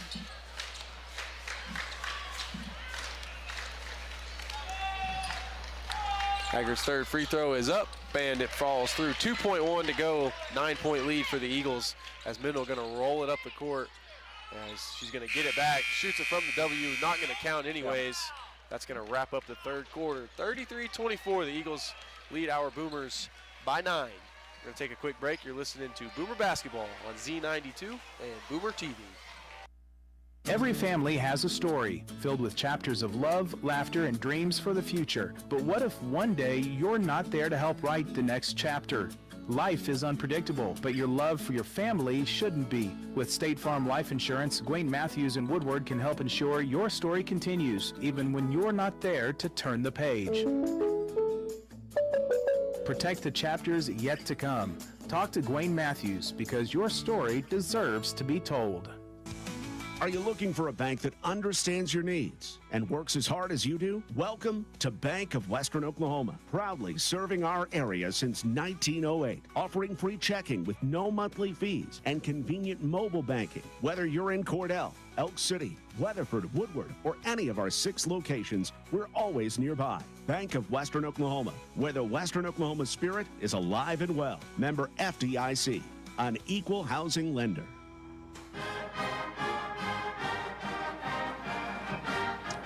Back here in Woodward as we are set to begin the 4th quarter of play between the Weatherford Lady Eagles and the Woodward Boomers. 33-24. Weatherford wins that quarter 12-11, but the Boomers brought it back a little bit towards the end of that quarter. Remember, Weatherford led by as much as 13. Now just a 9-point deficit for the Boomers as we are set to begin the 4th quarter with Nelson, Howard, Colt, Mendel, and Mills for the Boomers on the floor. As it's Howard now kicks it to Nelson. Nelson trying to get it inside to Mills. She does. Mills back over to Howard in the right corner. That one falls through. Nothing but the bottom. Big shot from Ella Howard. Her 2nd 3 of the game as we have a bit of a wrap up here after that. And it's going to come the other way. Talon Payne called for the offensive foul. And that's her 4th for Payne, so that's huge. She's got 8. Mendel and Payne got a little tied up here at the top of the key in that press. And I think Payne just kind of trucked her. Yeah, she did. But how about Ella Howard? We just talked about, you know, she could be the X factor. She's got 6 now with 2 made threes, and the Boomers trailing just by 6. A lot of energy now on the Boomer side as Nelson looking for somewhere to go for the inbound. Gets to Howard. Howard back to Mendel. Mendel over to Nelson. Nelson going to drive right side. Stop. Pop. Just a bit too strong. Colt fight for the rebound. Doesn't quite say. They're going to say she stepped out on the save. Nevertheless, another good quality shot there for the Boomers. And that's the thing, right? You go look at the film, you think, man, there's so many opportunities. They just haven't connected. Boomers back in this press. Givens left side in the backcourt. As bounce pass to Strickler. Back to Givens. Guarded by Mendel. Good defense from Mendel. Looking for somewhere to go. Spins over left side. Mendel, good recovery there. She cross courts it to Martinez on the right wing. Pass is deflected by Mills. We got a timeout. Good defense from the Boomers there. Oh, I don't know about that one. That's a heady timeout by Coach Hallworth. She saw Lexi Mendel race it over, or excuse me, Kaylee Mills race it over there, getting ready to steal that one away. Good start to the 4th quarter here for the Boomers as they now only trail by 6, 33-27. Smith & Co. Auction and Realty, Oklahoma's real estate and land auction expert. Smith & Co. is your #1 choice for all your land auctions and real estate needs. Call 580-254-3975 or email Ira at smithcorealestate.com. And Northwest Glass from residential and commercial glass to auto glass and doors, mirrors. Northwest Glass has you covered. They do it all with expert care and quality service. Visit 611 Texas Avenue or call them 580-256-4324. Northwest Glass, Smith & Co. Auction and Realty, powering Boomer Sports this season. Bless you. Thank you. All right, here we are. We're back. As Haggard set to inbound for the Weatherford Lady Eagles. She gets it cross court to Peyton Mills. Mills guarded from Colt. She'll dribble it right side, bounce pass to Haggard. Haggard back inside to Martinez. Martinez trying to get it to Strickler, guarded by Mendel. Good defense. That's going to be a backcourt. Good defense from Mendel to stray away Strickler from the ball there. And Peyton Mills trying to save it. She crossed the court. Well, Mills had to do that because Lexi Mendel was an inch away from getting that and just having an open layup. As Mendel now has the ball in the backcourt, crossing the timeline. 6:55 to go, 33-27. Weatherford Lady Eagles lead the Boomers still inside to Colt. Colt can't quite get it to fall. A little bit off balance there. Martinez, the defensive rebound. That's where she's double teamed. You look, you probably need to kick that out one more time. As Givens down the other way. Looking for somewhere to go. Bounce pass inside to Strickler. She's fouled. Count the basket off the glass. Tough bucket there from Ella Strickler. She heads to the line to complete her three-point play. Yeah, that was through a double team. Powered through the contact of Strickler. She got 7 now. And that's a big bucket there for the Lady Eagles in terms of momentum. Second foul on Mills, first of the quarter for the Boomers. And yeah, no doubt about it, because Woodward was closing in with that pressure. And now instead of 6, it's an 8-point lead. She does miss her free throw for the three-point play. Rebound by Nelson. Quickly inside to Mills. Mills, she passed it inside to Colt. Colt tried a free throw line jump shot. They have a personal foul. Yeah, on Kaylee Mills. She was Kaylee getting ready Mills. for the offensive rebound and tried to, and they said she got a little too aggressive and shoved. And that was as the shot was up. So now quickly third for Kaylee Mills. A little frustration for her, obviously. Martinez for the Lady Eagles will step off. Addie Blackwell back on the court. As Weatherford coming the other way with Haggard on the right side in the backcourt. Bounce pass to Strickler, quickly over to Givens. Givens will dribble it left side. Bounce pass to a cutting Mills. Ball is blocked by Zoe Chavez. We are going the other way. Mills going up with the right hand. She's fouled from Ella Strickler. As good relay passes from the Boomers got them down the court. And good job from Mills to be down there, now shooting 2 at the line. And how about Zoe Chavez? I mean, reading that on the baseline, it looked like it was going to be open look for Peyton Mills. Great find by Givens. But Chavez with a nice rotation. And the third foul of the game for Strickler. Well, we completely missed it, too. I mean, Zoe Chavez checked into the game for Taylor Floyd just a moment ago. And what shoes does she rock, Ely? We got the. Those are John Morant.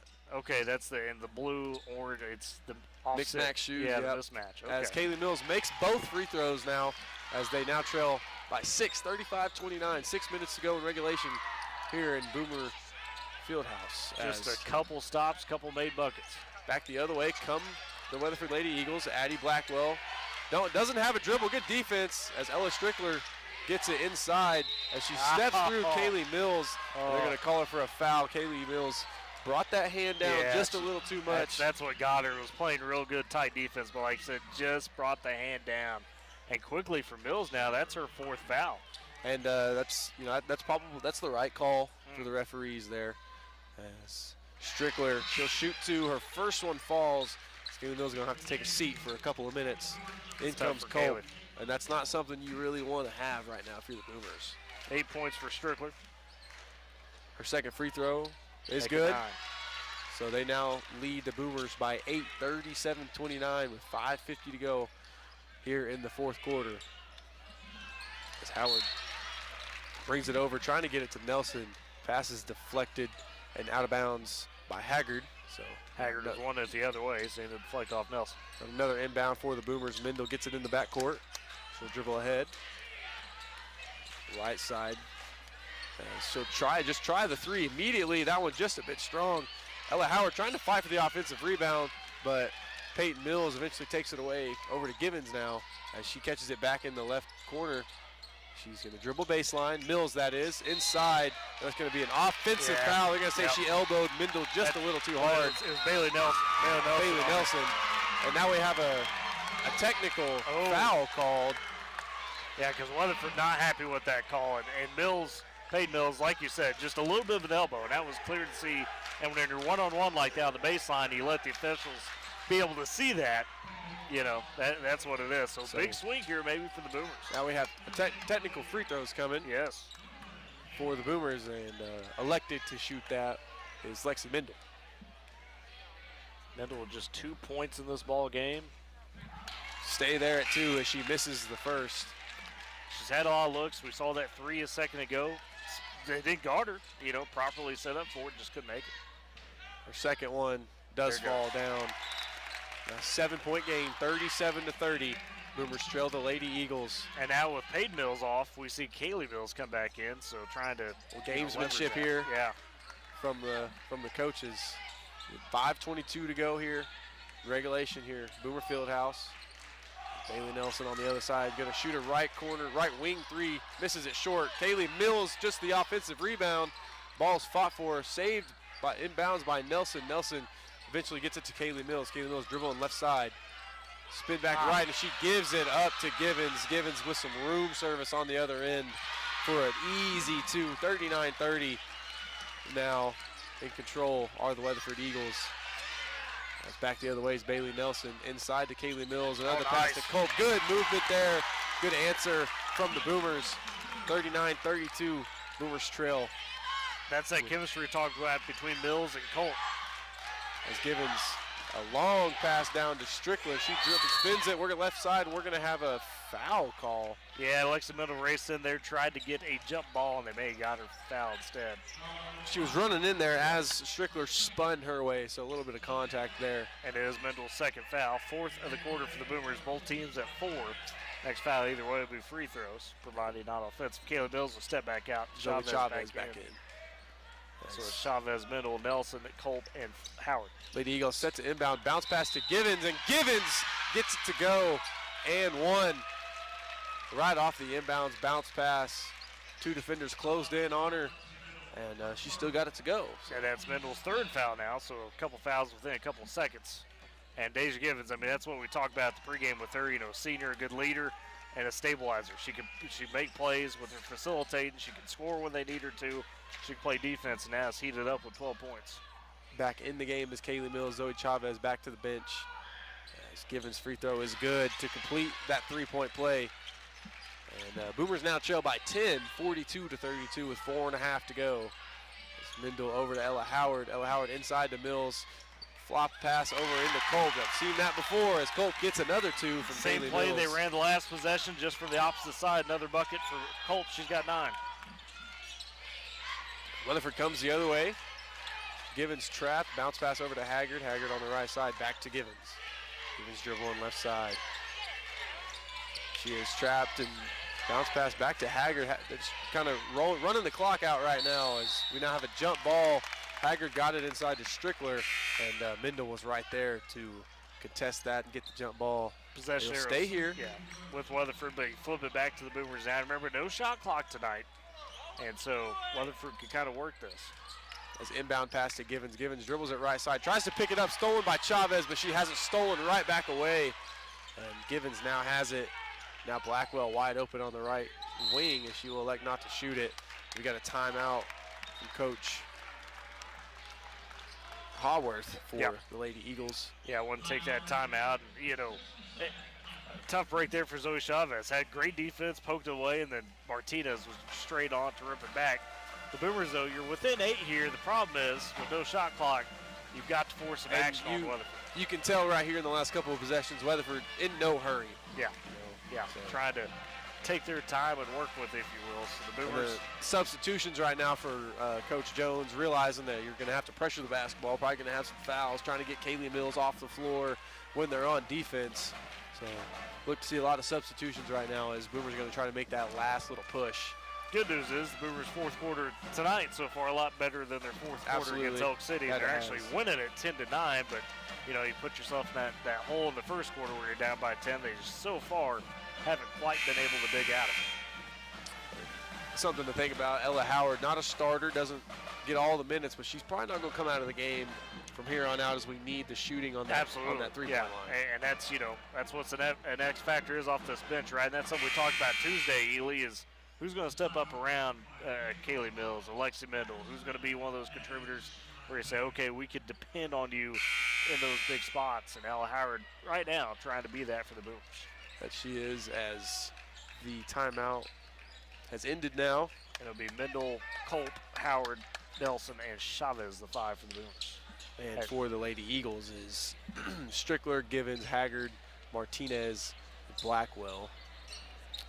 Set to inbound is Blackwell for the Lady Eagles as she passes to Haggard, guarded by Mendel. Mendel following her closely. She passes it over to Givens. Givens guarded by Nelson. Going left side, trying to get a screen from Martinez. The switch off the screen. Givens spins left, back into the right as she's fouled. Couldn't get it to go. Tried a right hook, and she was fouled. So she's going back to the line for another 2. And Deja Givens once again being the X factor in this game for Weatherford. Just deciding, hey, I need to go get this pressure, go try and get this basket. Ella Howard with her 2nd foul. As it looks like a couple of Boomers sit to check back in. It looks like Floyd, I believe Mills. Mills it is. As Givens' first free throw goes down. Givens now up to 14 points.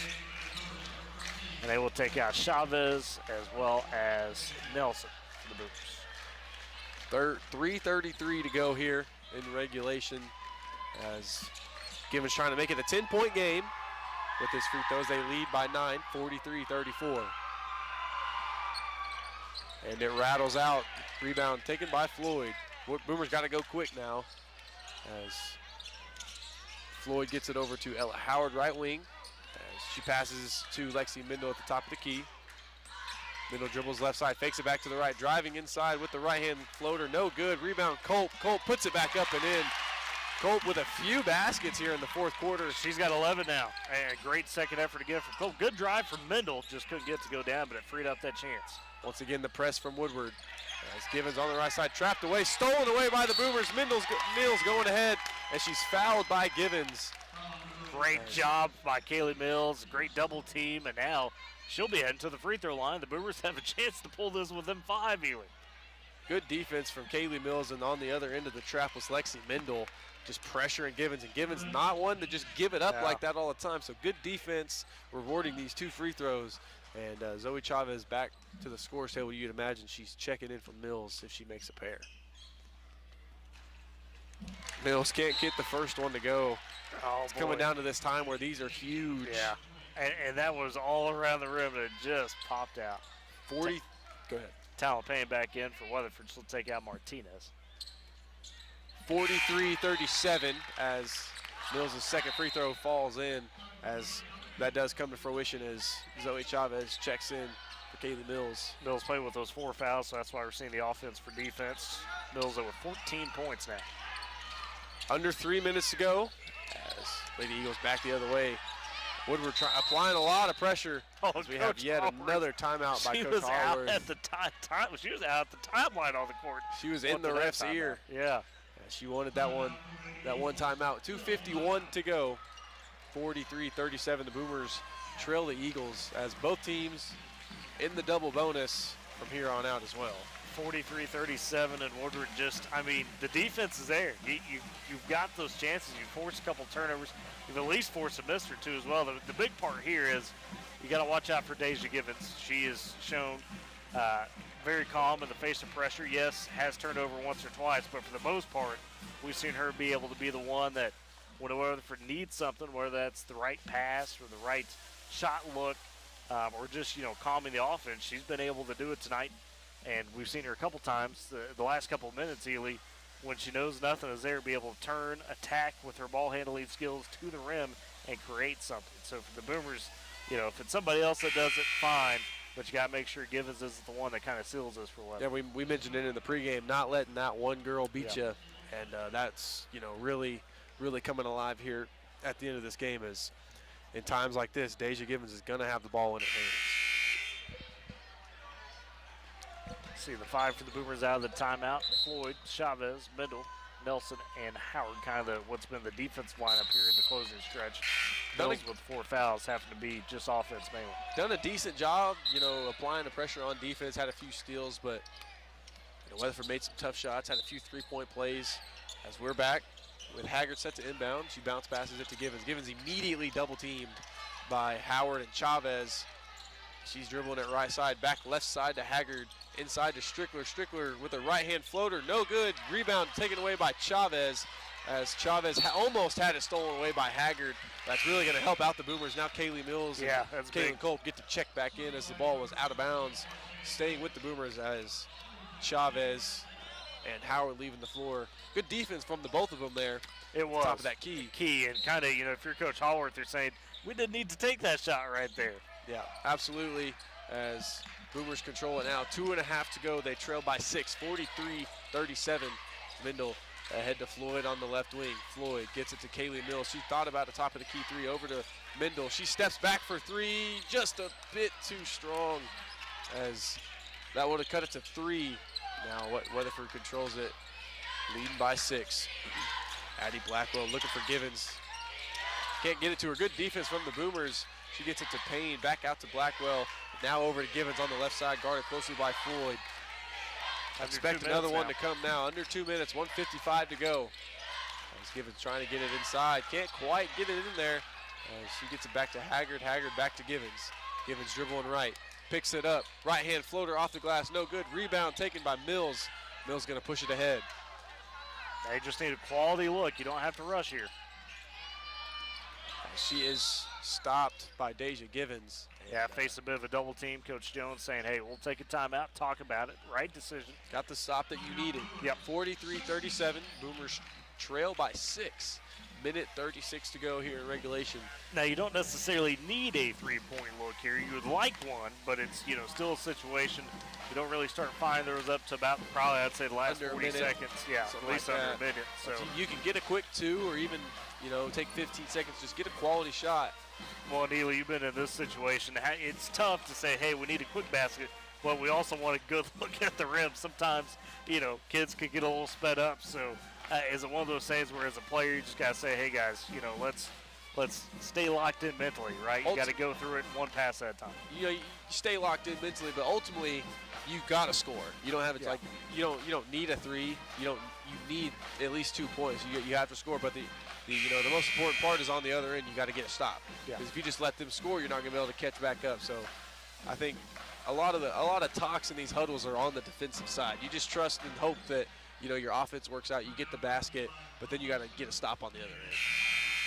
So minute 36 out of the timeout. Boomers trailing 43-37, and they have the possession. After the defensive rebound from Kaylee Mills, it is now right in front of the Boomer bench. Is Bailey Nelson set to inbound? She gives it to Mills. Mills on the left wing, kicks it back to Mendel. Mendel across court to Bailey Nelson. As precious time taken away for the Boomers as they're getting into their action. Nelson still looking for somewhere to go. That's just she not there passes right over now. to Kaylee Mills on the left wing as she's back to Nelson. Nelson thinking about a 3. Now she's going to dribble left and pass is deflected. Culp controls it. Mills driving to the baseline, and she gets her 2 to go. Mills just dribbled right baseline off the glass with some English. Now they trail by 4 with under a minute to go now. 43-39. Boomers in that trap. Givens, left side, dribbles all the way into the corner. She's going to go baseline, and they're going to say we got a timeout by Coach Hallworth. Timely timeout. It was, because the Boomers had Givens exactly where they want her, deep in her own corner, trap, nowhere to go, and a timeout saves it. So now for the Boomers, you're at that point where you consider, okay, when do we start fouling, right? Obviously, you're going to go for the steal, go for the pressure, probably the first couple of seconds of this inbounds, but you can't let too much time tick off because you are under a minute, like we said. But how about Kaylee Mills on the other end? She's up to 16 points, and, you burned some precious time there. There was, good defense by Weatherford. Givens was kind of sick in the middle. That's where they wanted to go with the ball. He couldn't get to her, and Mills finally says, hey, I'm just going to take it to the hole and make something happen, and she did. As now to the scorer's table back, it's Chavez and Howard trying to apply that pressure. And Mills, well, no, never mind. Coach said nope. Yeah, we're going to trust our guys. I think, you got to trust Mills at this point to let ride with 4 fouls. Haggard under her own basket, 48.8 seconds to go. Boomers trail by 4, 43-39. As a bounce pass is inside, deflected by the Boomers, controlled by Taylor Floyd. Ahead to Kaylee Mills. Kaylee Mills pushing the pace. She's inside the pace. Spin move left side. Her floater, no good. Rebound, Culp. Culp's basket, no good. Offensive rebound once again. Culp just throws it up. And defensive rebound taken by They got Kane. a foul. Yep, there it comes from Nelson. Oh, tough break for the Boomers, though. You get the steal out of the timeout. Kaylee Mills just talked about it. Let it ride with her. She pokes it away. Floyd collects. And then Culp, great chances. Great chances. Ely, that thing went high, bounced around, and just popped out as a heartbreaker. First foul for Nelson. Great defense by the Boomers there. A good spin move. Kaylee Mills got a clean look, and then Culp with the hustle got the rebound. Yeah. So they've combined for 27 of the Boomer 39 tonight, Culp and Mills. As Givens on the other end shooting her free throws, makes her first one. It rattled in as they now lead the Boomers by 5. The good news is, even if this next one goes in, it's still a 2-possession game. So it is getting down to the point where you need a 3. You got to get a 3. You got to go quick. As Givens' second free throw is misses. Givens almost got her own rebound, but she tips it out of bounds. Boomers will take it to the side out of bounds. 28 flat to go. Now here, if you're mentally got to find something, or even Mills maybe launch it. They got to go quick. Mills the other way. As she falls over, we got a timeout taken by Coach Jones right away. As Kaylee Mills lost her footing now. 20.4 seconds now. They trail by 5, 44-39. Weatherford crowd wants to travel as Mills went to the floor. She was dribbling. Turned, yeah, and just slipped a bit. But now, like we said, I'm curious to see if we see Ella Harrod check in. Wasn't on the floor there. I would almost suspect no. But I mean, you need the three-pointer, right? You She's do. the one that's made a couple. I would almost take Nelson out to let Howard get in there and tee it up.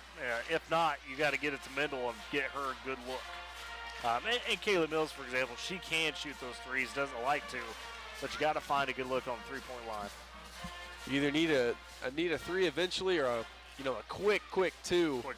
And you can either try to get a steal or play the foul game on the other end, on the other side of the ball. So. Still to come tonight, the boys' game will be right after this one. And the Boomer girls trying to not go 0-2, but I mean, we talked about it on Tuesday. This opening stretch of opponents with Elk City, Weatherford, and Anadarko, you're going to know kind of where you're at. And Ely, I mean, the girls competed Tuesday really hard. You know, we talked about it, fourth quarter fell apart, but the fourth quarter here has been so much better. It was the first quarter that got you in this one. Mm-hmm. It was really the first. I mean, we outscored them there in the second quarter. Yeah. But it was kind of a stalemate in the second quarter. Not a lot really was going on. So, but the fourth quarter, has been very promising, showing some fight, showing the fact that they can get it done in a fast-paced game, as they're only down by 5 now. Both teams back to the court. 20.4 seconds left. Like I said, the Boomers got to find something. Mendel set to inbound now. As action ran, she gets it over to Floyd, just a bit strong. Floyd finally corrals it. Nelson. Excuse me, Nelson, yeah. And she's going to get called for a travel. Looked like the pivot foot stayed there. But going to be called for a travel, though. Just slid a little bit was the problem. She had to stop on a dime, and the foot just moved enough. And so now the Boomers here trailing by 5 with 17-7. They're going to get Chavez Howard in there, but you're going to have to foul super quick and then hope you got some free throws that will be missed. Body's on everybody right now. Ahead to Givens, and she's going to go ahead for the layup off the glass. Good basket from Givens as we reach under 10 seconds. 46-39, Boomers trail the Lady Eagles as Mendel looking for somewhere to go. She gets it over to Nelson with a second left, and that's going to do it. The Woodward Boomers unfortunately fall to the Weatherford Lady Eagles, 46-39. As we're going to step aside for a quick break, we'll be back with your post-game wrap-up here. You are listening to Boomer Basketball on Z92 and Boomer TV. Life moves fast, and you deserve internet that keeps up. Say hello to Pioneer Fiber Internet with blazing fast gig fiber speeds designed for the way you live, work, and play.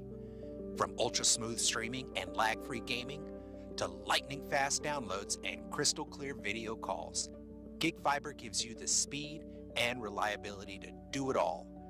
Ready to upgrade your internet experience? Visit gopioneer.com to sign up today. Supporting communities in every way, Sealing State Bank is thrilled to bring hometown banking closer to you with a brand new branch in Woodward. Welcome. Now offering full-service banking close to home, from personal checking and savings to home and commercial loans, Sealing State Bank has you covered. Enjoy the convenience of mobile and online banking, wire transfers, and so much more. Sealing State Bank, your trusted partner in Woodward. Come visit at 2314 Williams Avenue and experience hometown banking at its best. Enjoy mile after winter mile on tires you can trust for any adventure in any weather. Between September 24th and December 9th, get $80 via reward card or virtual prepaid card after online submission with the purchase of 4 new Michelin passenger or light truck tires. Visit your Michelin dealer, High Plains Tire at 2220 Main in Woodward. See michelinman.com/autos/deals-promotions-and-rebates for complete details. Offer expires 12/9/2025. The holidays are just around the corner, and you've got a lot to look forward to. So this year, let's make sure the flu doesn't crash the party. Remember to get your flu shot, wash your hands, and practice good hygiene so you can enjoy cherished moments. Let's make this holiday season unforgettable for all the right reasons. Visit oklahoma.gov/health/fight-flu to find a flu shot clinic near you. Skip the flu, not the fun. Jimmy Peck Court, Boomer Basketball. Boomer TV, KMZ, FM Woodward, Z92, as it is. Weatherford taking the 46-39 win over the Woodward Boomers tonight. Woodward falls to 0-2. And looking at the scoring totals, it was Kayla Mills with 16 points leading the way for the Boomers. He had 11 from Caitlin Culp, 6 for Ella Howard, 3 for Lexi Biddle. Had a bit of a slow night for her. Taylor Floyd with a couple, and then Bailey Nelson with 1 for Weatherford. Leading the way, kind of the star of the game, Deja Gibbons. She had 17 points, a lot of assists, and some tough defense. Also for Weatherford, had 9 from Ella Strickler, 8 from Talon Payne, a couple for Addison Blackwell, as well as Peyton Mills. Also 3 for Gracie Martinez. The Boomers fall to 0-2 on the season, while Weatherford improves to 1-0. The boys out warming up. They're coming up next. We'll step aside for a quick break. It's Boomer Basketball, Z92 and Boomer TV.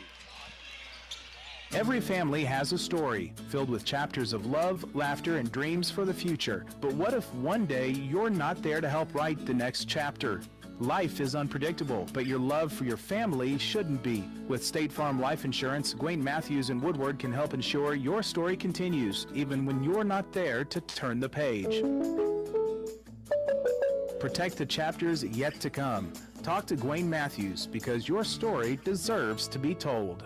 At Bank of Western Oklahoma, we've been a cornerstone of the community since 1908. Being locally owned and operated, we understand the values and the culture that define Western Oklahoma. From supporting local farmers to helping small businesses thrive, we take pride in offering personalized banking solutions that reflect our deep understanding of Western Oklahoma. Discover the difference of a bank that's been by your side for generations. Bank of Western Oklahoma, member FDIC, an equal housing lender.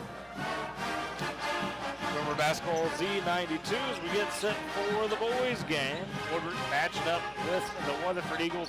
Boomers, of course, had that short game on Tuesday, so that one didn't count, but had Caden Gaines and Cole Reed off to fast starts in that game with 9 points and 8 points respectively.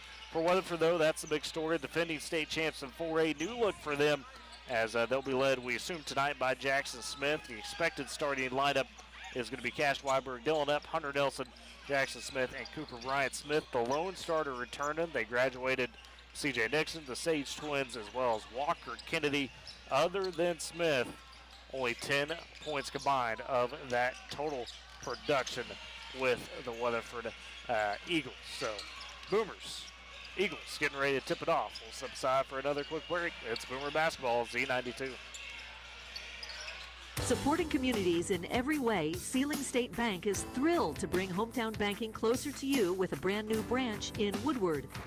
Welcome. Now offering full-service banking close to home, from personal checking and savings to home and commercial loans, Sealing State Bank has you covered. Enjoy the convenience of mobile and online banking, wire transfers, and so much more. Sealing State Bank, your trusted partner in Woodward. Come visit at 2314 Williams Avenue and experience hometown banking at its best. Every family has a story filled with chapters of love, laughter, and dreams for the future. But what if one day you're not there to help write the next chapter?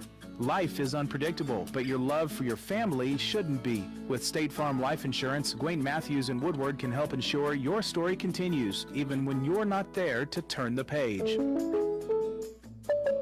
Protect the chapters yet to come.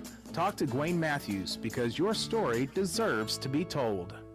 Woodward Steel, your tri-state leader in steel, wants to remind you that in addition to taking care of all your steel needs, Woodward Steel carries other important materials such as stainless, aluminum, 4-inch to 12-inch PVC pipes and fittings, and so much more. If you're in the shop or out in the field and in need of fabrication materials, don't hesitate to pick up the phone and call 580-324-8005 to talk with the staff, or visit the shop Monday through Friday, 8 a.m. to 5 p.m. at 210 48th Street in Woodward. Woodward Steel, your trusted tri-state leader in steel. Enjoy mile after winter mile on tires you can trust for any adventure in any weather.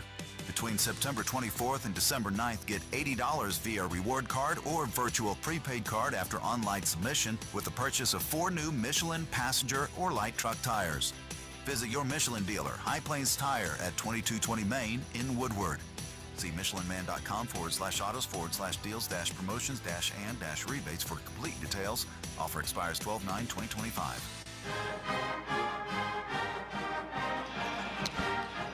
Jimmy Peckworth, Boomer Fieldhouse, C92, Weatherford. Woodward getting ready to go at it. Ely for this boys game. Obviously, Caden Gaines going to match up with the Eagles. Now he's got the height advantage, doesn't have to deal with those twin tires and Sage twins and C.J. Nixon. For the Boomers, what's your big key to this one for Woodward to be able to take it to the Eagles tonight? just apply the pressure they did in that first game that they did here. Start off the game with the energy that they did last time, and don't let Weatherford get comfortable, because they're one of those teams that when they get comfortable, they've done a lot of winning, and they know they can really ride that comfortability. That's right. Despite having an almost new start at 5, Colt Sterrett Bowl is the state champion. So to that point, we'll see if the Eagles still have some of those winning ways. We'll step aside for a final break. It's Weatherford coming up next. Boomer Basketball, Z92, Boomer TV. At Bank of Western Oklahoma, we know what it takes to keep your farm running smoothly. Our experienced lenders understand agriculture and offer competitive loans for real estate, livestock, equipment, and more. We are locally owned and invested in our communities, making decisions that benefit you quickly. Bank of Western Oklahoma, the bank that works as hard as you do. Member FDIC, an equal housing lender. Life moves fast, and you deserve internet that keeps up. Say hello to Pioneer Fiber Internet with blazing fast gig fiber speeds designed for the way you live, work, and play. From ultra-smooth streaming and lag-free gaming to lightning-fast downloads and crystal-clear video calls, gig fiber gives you the speed and reliability to do it all. Ready to upgrade your internet experience? Visit GoPioneer.com to sign up today. Hungry? Head to Longshots Bar and Grill in downtown Woodward. Bring the whole crew for juicy ribeye steaks, giant burgers, wings from mild to flaming hot, fresh salads, and more. There's something for everyone, including the kids. Planning a party or team celebration? Check out the upstairs golf and gun bays or ask about our group catering options. Longshots Bar and Grill, downtown Woodward's favorite hangout and the official home of the Boomer Coaches Show every Wednesday from 6 to 7. Come hungry, leave happy, and make it a night to remember. What are you doing out there? Come on! I saw you at the game the other night. Yeah, you. Up there getting mad, acting like we're all out there making $1 million a game. Well, let me be real with you. This isn't the pros. It's school sports, and it's a game, our game. So please, let us play. School sports fans, remember, when you cheer for your team, make noise for the right reasons. This message presented by the NFHS and the NIAAA. And all student athletes in Oklahoma. And both teams to the benches as we get ready for the starting lineups here. Boomer's going to wear the home whites, white tops, white bombs, gold numbers, and text trimmed in black. Weatherford in the road red with the silver and white trimming and the silver numbers trimmed in white as well. Weatherford across chest. So let's turn it over for those starting lineups. Number 4, Dylan Black. Number 5, Hunter Nelson. Number 11, Jackson Smith. And number 14, Cooper Bryant. Eagles are coached by Derek Bull. Hey, Preston, no field. And now, the starting lineup for your Woodward Bombers. A junior, number 1, Jake Brown. A junior, number 4, Cole Reed. A sophomore, number 10, Grayson Roach. A sophomore, number 20, Hayden Gaines. And a junior, number 24, Dave Hudson. The Woodward coached by head coach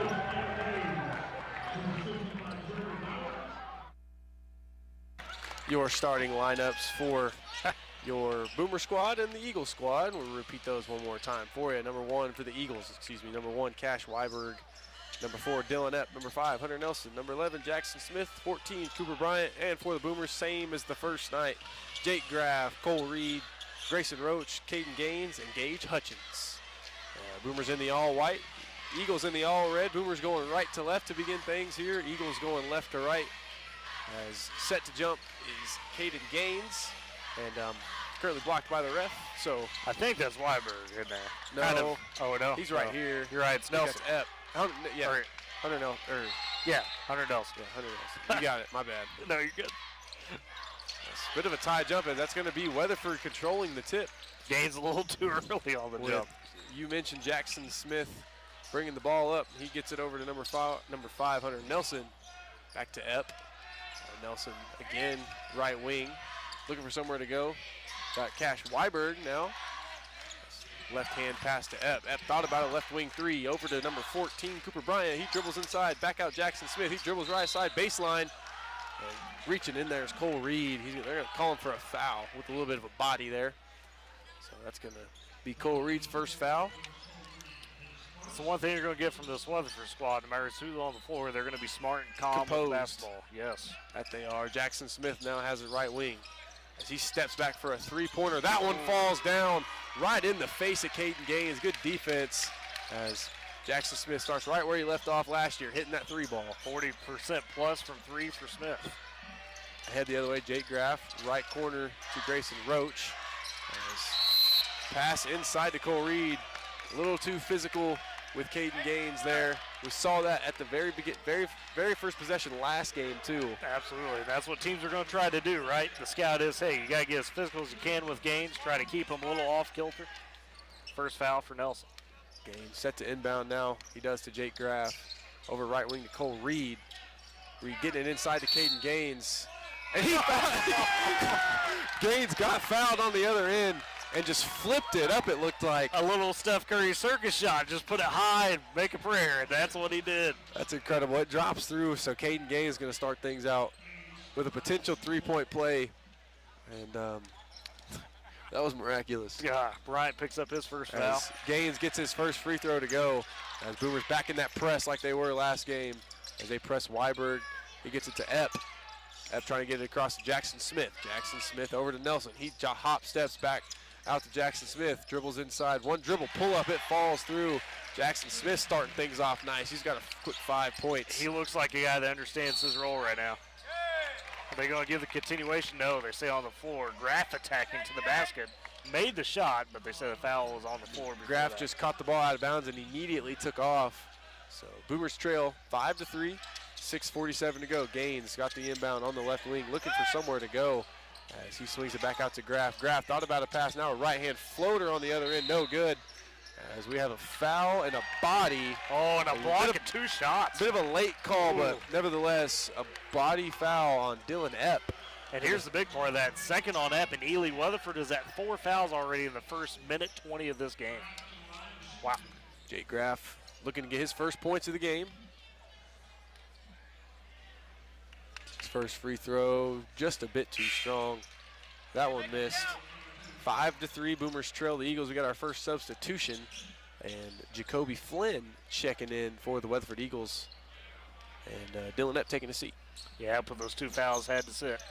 Graff misses both free throws. Rebound taken by Nelson as he gets it to Jackson Smith. Jackson Smith dribbling out, guarded by Cole Reed as he gets it over to number 14, Cooper Bryant. Over to Flynn, back inside to Weiberg. Weiberg, his jumper just a bit short. Rebound fought for and out of bounds. He's going to stay here with the Eagles. Yeah, for Weatherford applying that pressure a little bit was Bryant on the offensive board. Kobe Flynn inbounding for the Eagles. Looking for somewhere to go, does eventually get it to Bryant. Bryant working against Grayson Roach. His jumper is blocked or tipped by Caden Gaines. Yeah, as he not gets quite a full block. Gets his own rebound ahead to Graff. Graff to Hutchins for a left jump shot. That's no good. We got a personal foul against the Eagles. I believe that's going to be on Jackson Smith, and it is. And that's number 5 on the team. That's free throw already in the bonus. We're not even 2 minutes in. Are the Boomers. That's going to send Grayson Roach to the free throw line. And they'll get Smith for his first. And Roach, of course, this is one of those guys we circled that, you know, hey, could he make that big leap? Has some good length to him. Could really be a big factor alongside Caden Gaines. His first free throw is good, and I want to mention one more thing. He's got some athleticism, too. Yeah, I saw him windmilling and warm up, so. Him and Cole Reed both have some bounce for sure to go along with what Gaines brings. As Roach makes both free throws, that's going to tie things up at 5 apiece. As I believe we have a foul call on Gaines. Yeah. It's going to be his first, team's second. Count the free throw still, so we're knotted at 5 apiece, 6 minutes to go in the first quarter. As inbound to Weiberg, immediate pressure from the Boomers as he tries to get it over the top of Caden Gaines. Probably not going to work out very often. No, and a great job by Hutchins and Gaines. Just get him in that deep corner, force that pressure. That's what you got to do. We saw it against Oak City in that first quarter Tuesday. Smith to inbound, bounce pass to Weiberg. Weiberg bounce pass over to Flynn. Flynn going to push the pace a little bit over ahead to Jackson Smith at the timeline. As guarded by Cole Reed, over to Flynn, back to Weiberg on the left wing. Back to Smith, top of the key. Smith going to drive in left side. As his shot is essentially just stolen away by Caden Gaines, ahead to Gage Hutchins as he gets through Cooper Bryant, for a right hand off the glass for the Boomers to take the Gaines lead. on Smith, though, just literally stood there and just palmed it down and floated ahead calmly to Hutchins for the easy layup. They now lead 7-5 over the Eagles. 5.5 to go. Jackson Smith pass is stolen by Gaines as Gaines going to push it the other way. As he actually has it stolen away from Weiberg coming behind. Didn't see him coming back the other way. Come the Eagles. And it was a good job by Flynn to kind of get in front of Gaines as he was looking to attack and allow Weiberg the chance at that. Jackson Smith inside to Hunter Nelson. Nelson going to dribble right side going against Roach.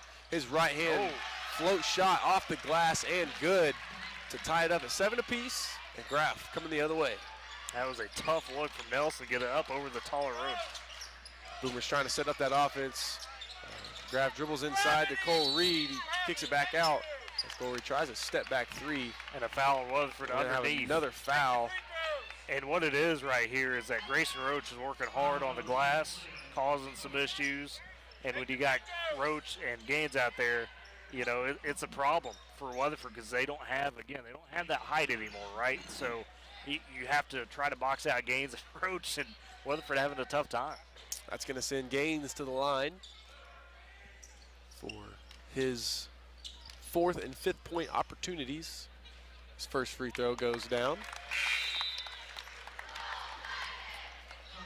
As we have a substitution for the Boomers, Grayson Roach going to come out, and number 5, Luke Talley, going to see his first minutes of the season. Saw him on the gridiron this season. Had a very solid season for the Boomers. Though he's got some athleticism to him as well. Gaines makes a pair here for the Boomers as back inbounds is to Jackson Smith. Had it poked away from Graff. The ball just goes out of bounds now. Going to stay here with the Eagles as the Boomers lead the Weatherford Eagles 9-7. 4:42 to go here. Woodward crowd not happy with Coach Bull telling him to stay off the court. He was a little out there at the timeline. All right, Hunter Nelson has the ball, kicks it over to Jackson Smith into Jacoby Flynn for a right corner three, just a bit too strong. Cole Reed with the rebound, quickly ahead to Caden Gaines as he's all the way ahead, and they are going to count the basket and one. As Jacoby Flynn kind of swooped up in behind Caden Gaines, but he still got it to fall. As Caden Gaines already got 7 points here, as they lead the Eagles now 11-7. Chance to make it 5-point lead. Here's the big stat. Weatherford 7 points, already 7 fouls in this first quarter as well. Goodness. We're still not even halfway through it. As Gaines, per usual, makes the free throw, 12-7. As that trap getting to the Eagles once again, gets a steal is Gage Hutchins. Boomers setting up that offense. Cole Reed at the top of the key, over to Graff, right wing. Over to Luke Talley, left wing now. Cole Reed in the left corner. Cole Reed drives right side, spins it back left. Got a good shot off with the right hand. Just couldn't get it to go, just a bit short. And then a bit of a frustration foul. Frustration foul to your point, Tyler. As that's going to be, I believe, his second foul. In comes Laredo. Cole going to have to take a seat. So one thing Cole's going to have to do this year is play within his emotions. We know he's athletic. He knows he's athletic. But he can't get frustrated with himself when things don't go his way. Back the other way are the Eagles. Weiberg over to Jacoby Flynn. Flynn ahead to Jackson Smith. Jackson Smith quickly to Hunter Nelson. Back to Smith on the left wing, guarded by Laredo. Over to Flynn at the top of the key, letting the offense set up. As he passes it over to Cooper Bryant. Hunter Nelson now, right corner. Couple jab steps, dribble left side. Good defense from Luke Talley. Over to Flynn. Flynn working against Gage Hutchins. Gage Hutchins, the menace that he is on defense, gets the steal. Showing some emotion afterwards, too. Now is Jake Graff coming the other way on the right side. He's called for an offensive foul. Looks like the knee, maybe just a little bit there. Can't blame Jake for taking that turn, and he's had a couple good looks early, trying to attack on transition. But Graff gets his first foul. 3.5 to go, 12-7. Boomers over the Eagles in the first quarter. Here, Canes with another steal off the inbound as he goes back up and gets the slam. Two-hand jam, Peyton Gaines, and a timeout by Coach Derek Bull. He's not happy. Boomers lead 14-7, 3:25 first quarter. Great Plains Bank, Heritage, Trust, Respect. Those are the things that make Great Plains Bank. Deep roots across Oklahoma and Texas. They're in touch with the communities in which their customers live and work. M&D Enterprises and the Lawnmower Shop. For your best lawnmowers and the Lawnmower Shop are your people. They carry everything you need to make your greenscape a little piece of heaven. You've always dreamed to have locations. Woodward, Ken, and Weatherford. M&D, Great Plains, Power Boomer Sports this season. In Ely, it's hilarious with the crowd behind us because every time Woodward's on offense, there's bated breath of what this unit's going to do. And every time there's a steal, it's, okay, open court, what's going to happen? And Gaines, boy, an easy two-hand flush on the steal. He's got 10 already of the Boomers' 14. It don't even seem like it. No, he had the big dunk, but he hadn't even really shot yet. It's been all inside and at the free throw line. That Boomer press getting to the Eagles, back in it, out of there. Another steal from Gage Hutchins. His right-hand floater, no good.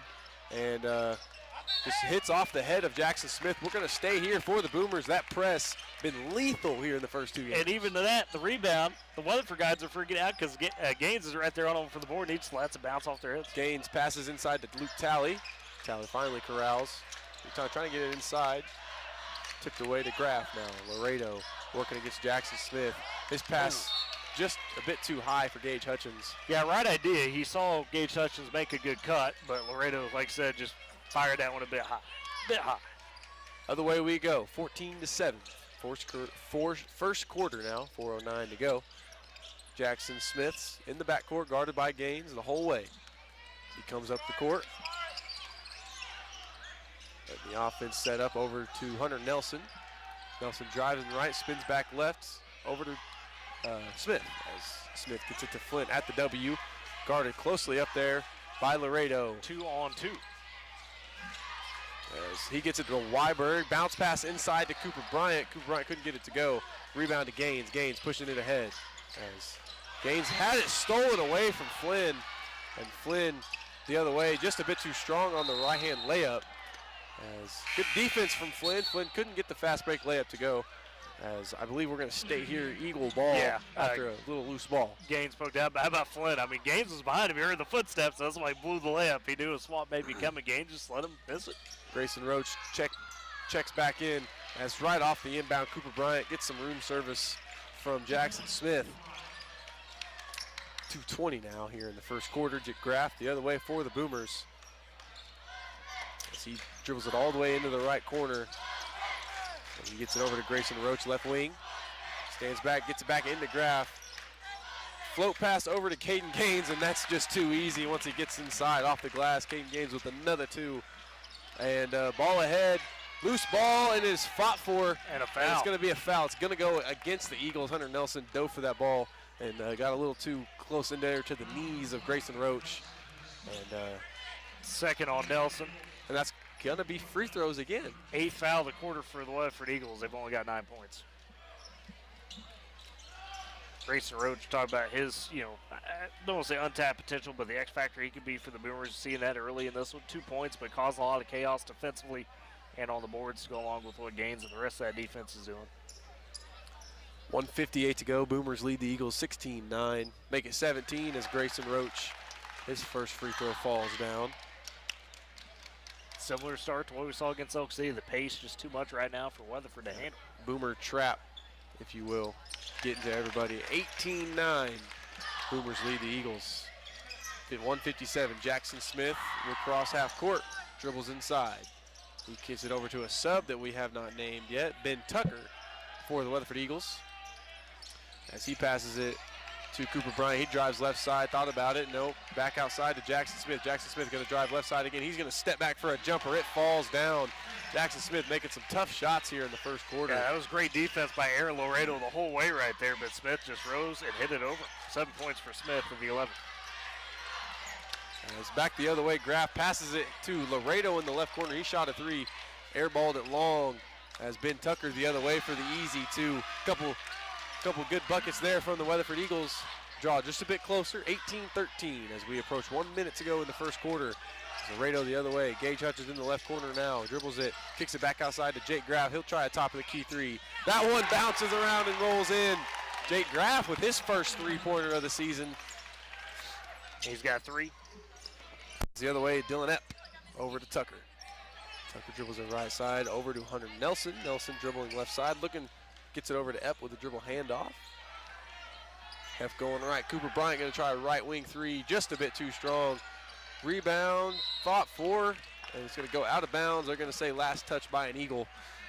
Boomer possession, 39.2 to go here in the first quarter. The Boomers lead by 8, 21-13. Couple substitutions for the Eagles as Weiberg and Flynn check back in. Hunter Nelson and Dylan Epp going to take a seat. Luke Talley also in for the Boomers. Grace, they're going to Jake Graff. Take Jake Graff. I think they were fighting over it. Nope, going to be Grayson Roach. Okay, there you go. Well, Tic-tac-toe. miscommunication between the pair. Here we go, Jake Graff bringing it up slow. Looks like Boomer's going to try to take their time here. Jake Graff right corner to Luke Talley. Back to Graff. Back over to Laredo left wing. Gage Hutchins all alone in the left corner. Just a bit strong once again. Great ball movement though. Great look. Gage usually solid on those baseline three-pointers and jumpers. Jackson Smith the other way. As Weatherford going to slow down as we reach 10 seconds to go. He's working against Gaines. Jack Smith picks up his dribble. Now to Weiberg. Weiberg thought about a three. No good. Over to Flynn. He shot. He is fouled to end the quarter. Not what you want to. Jacoby Flynn driving right side. They're going to. Yeah, they're telling the cheerleaders, hey, back off. Okay, so Jacoby Flynn going to shoot an uncontested pair here. They got to get the cheerleaders and dance team off because it's like it is going to be uncontested free throws to end this first So we will quarter. stay right here till his 2 free throws conclude. They do get the foul to Gage Hutchins, his first. Jacoby Flynn's first free throw, no good. So at the end of the first quarter, Boomers lead by 8, 21-13. One more free throw We for approach Flynn upcoming. Flynn's second free throw. So it'll wind up, it's up, and it falls down. So first quarter ends 21-14. Boomers lead by 7. We're going to step aside for a quick break. You're listening to Boomer Basketball on Z92 and Boomer TV. Supporting communities in every way, Sealing State Bank is thrilled to bring hometown banking closer to you with a brand new branch in Woodward. Welcome. Now offering full-service banking close to home, from personal checking and savings to home and commercial loans, Sealing State Bank has you covered. Enjoy the convenience of mobile and online banking, wire transfers, and so much more. Sealing State Bank, your trusted partner in Woodward. Come visit at 2314 Williams Avenue and experience hometown banking at its best. Every family has a story filled with chapters of love, laughter, and dreams for the future. But what if one day you're not there to help write the next chapter? Life is unpredictable, but your love for your family shouldn't be. With State Farm Life Insurance, Gwayne Matthews and Woodward can help ensure your story continues, even when you're not there to turn the page.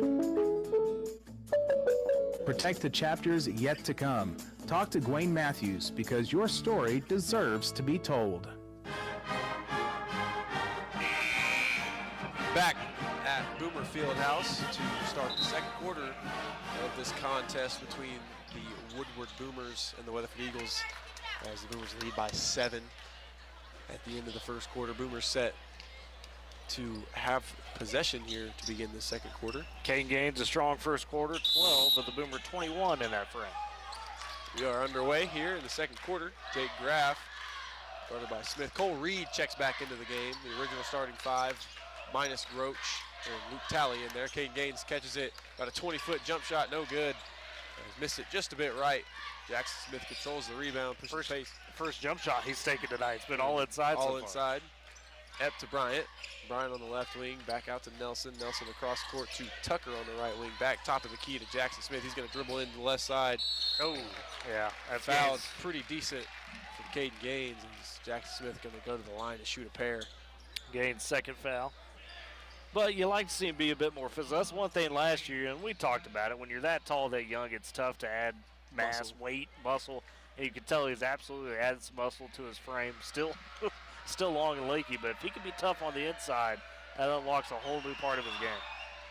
As Jackson Smith, his first free throw falls, as he has proven to the point, that we made earlier, going to lead this team. Yeah. He's got 8 points. Yeah, setting the tone for the Eagles. That's what you love to see from your senior guy that has that championship experience, was in that starting lineup. Smith makes both his free throws, 21-16. Boomers lead the Eagles here in the second quarter, 7:26 to go. Graff the other way. As he passes it to Cole Reed, right corner, as he gets it over to Graff, almost stolen away. Graff, Gage Hutchins, top of the key. He'll try another three, just a bit short. Rebound, Luke Talley over to Gage Hutchins, over to Graff. Graff going to dribble in right side, pass to Luke Talley. Good pass from Graff. Graff splitting that double team. We have a bit of a collision for that rebound. No foul called. No, there was a Weatherford player that got knocked down or tripped up as that basket was happening, and Talley falls right on. So officials make sure everybody's okay and then resume play. But a great job of ball movement by the Boomers there. Inbound again. Little trouble with the ball here as they're getting pressured by the Boomers. And once again, as they finally corral everything. Jackson Smith on the right wing. He'll try yet another three. That one rolls out. Jackson Smith, all the confidence in the world here. Graff over to Reed. Reed going to dribble left side, and they're going to call him for a foul. Is Epp. Yeah, and good job by Reed to split that double team on the catch. Put up the shot, but they said it was before the shot. Epp now with, oh no, they actually give that to Smith, so his second. That's big for the Boomers. Smith has 2 fouls. Nobody saw that. A little bit of a miscommunication. Gage lucky to get it. They're going to call him for a travel. Yeah. It's the right call. Boomers were still sitting up on their inbound play, and your inbounder just threw it over the head of everybody. So miscommunication. Cole Reed just a little bit ahead of everybody else there. Yeah. As that is, in the end of everything, going to be a turnover. 23-16, 6:40. Eagles control the ball. Smith inside to Epp. Over to Nelson, top of the key. Weiberg now, right wing. Dribbles out left side to Jackson Smith. Jackson Smith, pump fake, step back three. That one falls through. Jackson Smith got everything going here in the first quarter. He's got 12. A smooth operator as a senior. Again, shot over 40% from 3 last year. Back the other way, 23-19. Graff bounce pass. It's going to be a kickball from Jackson Smith. But Smith, we talked about only averaged 6 a game, but in those games where, maybe they didn't necessarily need a Sage or a Nixon to win the game, he had a 40-point performance last year. Turned for Weatherford. Well, Gage Hutchins on the left wing after the inbound. Dribble handoff to Caden Gaines. Gaines getting double teamed down the perimeter. Good ball movement off the double team. Gaines kicked it to Graff. Graff immediately inside for an easy deuce to Gage Hutchins. And back the other way is Weiberg. Weiberg quickly ahead to Hunter Nelson. Good defense from Jake Graff. Oh, they call a blocking foul. He was arguing straight up, but one of those kind of a heady play from Weatherford and Nelson to just lean into him, make it look like there's some contact. Might have been a little late getting to the spot too, And, the thing about Graff, he was lined up last year to kind of inherit that point guard role from Connor Price. Where he battled through some injuries, didn't get to play a whole ton, so there was questions, okay, is he going to play this year? And, Coach Gaines wasn't sure, and when he did come out, she's like, hey, we got to have you at point guard. You see why on that last possession, so smart with his ball movement. As Hunter Nelson did miss his first free throw.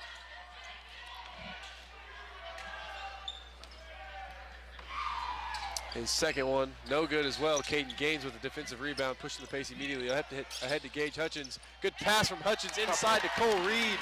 Gage Hutchins giving us the goggles as a beautiful assist from him. And some easy left-hand lay off the glass for Reed. His first basket of the game. Back the other way is Epp. Gives it to Jackson Smith, guarded by Graff. Smith going to work against Graff. Crossover left side, bumps in, back out to Epp. He'll try a wide open three, missed it long. Offensive rebound, Flynn. Flynn, right place, right time. As that a lot long fell right in Flynn's hand. Ahead of Cole Reed now. It's Caden Gaines getting triple teamed almost. As we'll call a foul on Jacoby Flynn. Yeah, trying to poke him from behind. Now the third foul on Flynn. That's the thing. Weatherford is sacrificing so much pressure on Caden Gaines, and they're not succeeding because they're drawing a ton of fouls. They're giving up easy baskets to other guys, and Gaines still has 12 by them. He still has 12, and Boomer's doing a good job of, moving the ball off of that. Gaines not not holding it too long, getting it out of his hands. So, nevertheless, 27-21, Boomers lead by 6. Got a timeout on the floor. Smith & Co. Auction and Realty, Oklahoma's real estate and land auction expert. Smith & Co. is your number one choice for all your land auctions and real estate needs. 580-254-3975 or email Ira at smithcorealestate.com. Northwest Glass, from residential and commercial glass to auto glass, doors and mirrors. Northwest Glass has you covered. They do it all with expert care and quality service. Stop by 611 Texas Avenue or call them today, 580-256-4324. Northwest Glass, Smith & Co.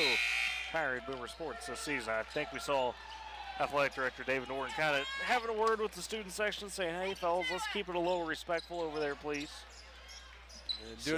They're getting on the court a little bit. Yeah, saying, noise makers. Yeah, let's be careful with that. Nevertheless, 5 minutes to go here in the second quarter. Inbound to Caden Gaines as he's just going to pull up and a little bit strong. Hadn't seen him get in that rhythm yet for his jump shots. Saw that a little bit Tuesday. Had limited opportunities. A lot of focus on him, so he's going to have to figure out how to get to his spots at certain times. Jackson Smith the other way over to Flynn on the left side. Hand off to Weiberg inside to Nelson. Nelson over to Epp on the right wing. Dribbling left is Epp, trying to post up with Cole Reed as Hunter Nelson. Good defense from Reed. No good from Nelson. Gets his own rebound back up. No good once again. We're going to have a personal foul likely called against Nelson. Nelson being super aggressive on the offensive glass. And you can't blame him. Frustrated. He missed a couple what would be easy looks tonight. Just a little too aggressive. Now that's his third foul. Is he going to take a seat? In yes, comes Cooper Bryant. Caden Gaines controlling the offense now for the Boomers as he comes the other way. Dribble handoff to Gage Hutchins. Dribbles left side. Is that Cole Reed now at the top of the key, going inside and looking for a foul. Couldn't quite get it on the right-hand floater. Offensive rebound taken from Gage Hutchins over to Jake Graff. Dribble handoff to Luke Talley. Talley drives inside. Good pass inside to Cole Reed. Cole Reed just rises up for a 12-footer, and he gets to go off the glass. They now lead by 8, 29-21. 4 minutes to go here. Jacoby Flynn quickly the other way to Weiberg in the right corner. That one just rattles out. Jackson Smith couldn't quite control the rebound. Good rebound from Luke Talley ahead to Graff as he hands it off to Caden Gaines. Gaines looking for somewhere to go. Double teamed as he's driving inside, and he's going to have it stolen away. And away goes Epp on the other end. Good foul from Luke Talley. Going to send Epp to the free throw line. Woodward fans don't like, but that was a foul. I mean, it was a reach by Talley. For sure. Make sure there's no easy lip. One thing Caden's going to have to do this year with all that pressure on him, and you see it on that possession, he's got to keep that head up. Double teams there, somebody's got to be open, right? And, Caden didn't have all that focus last year as Epp makes his first to make it 29-22. He didn't have all that happening to him a lot. Now he's got a lot of focus on him. There were certain teams that were physical with him and knew, but other teams kind of let him have his way a little bit, and he's not going to get that luxury. It's one of those things you're going to have to make other teams respect the guys around you. Absolutely.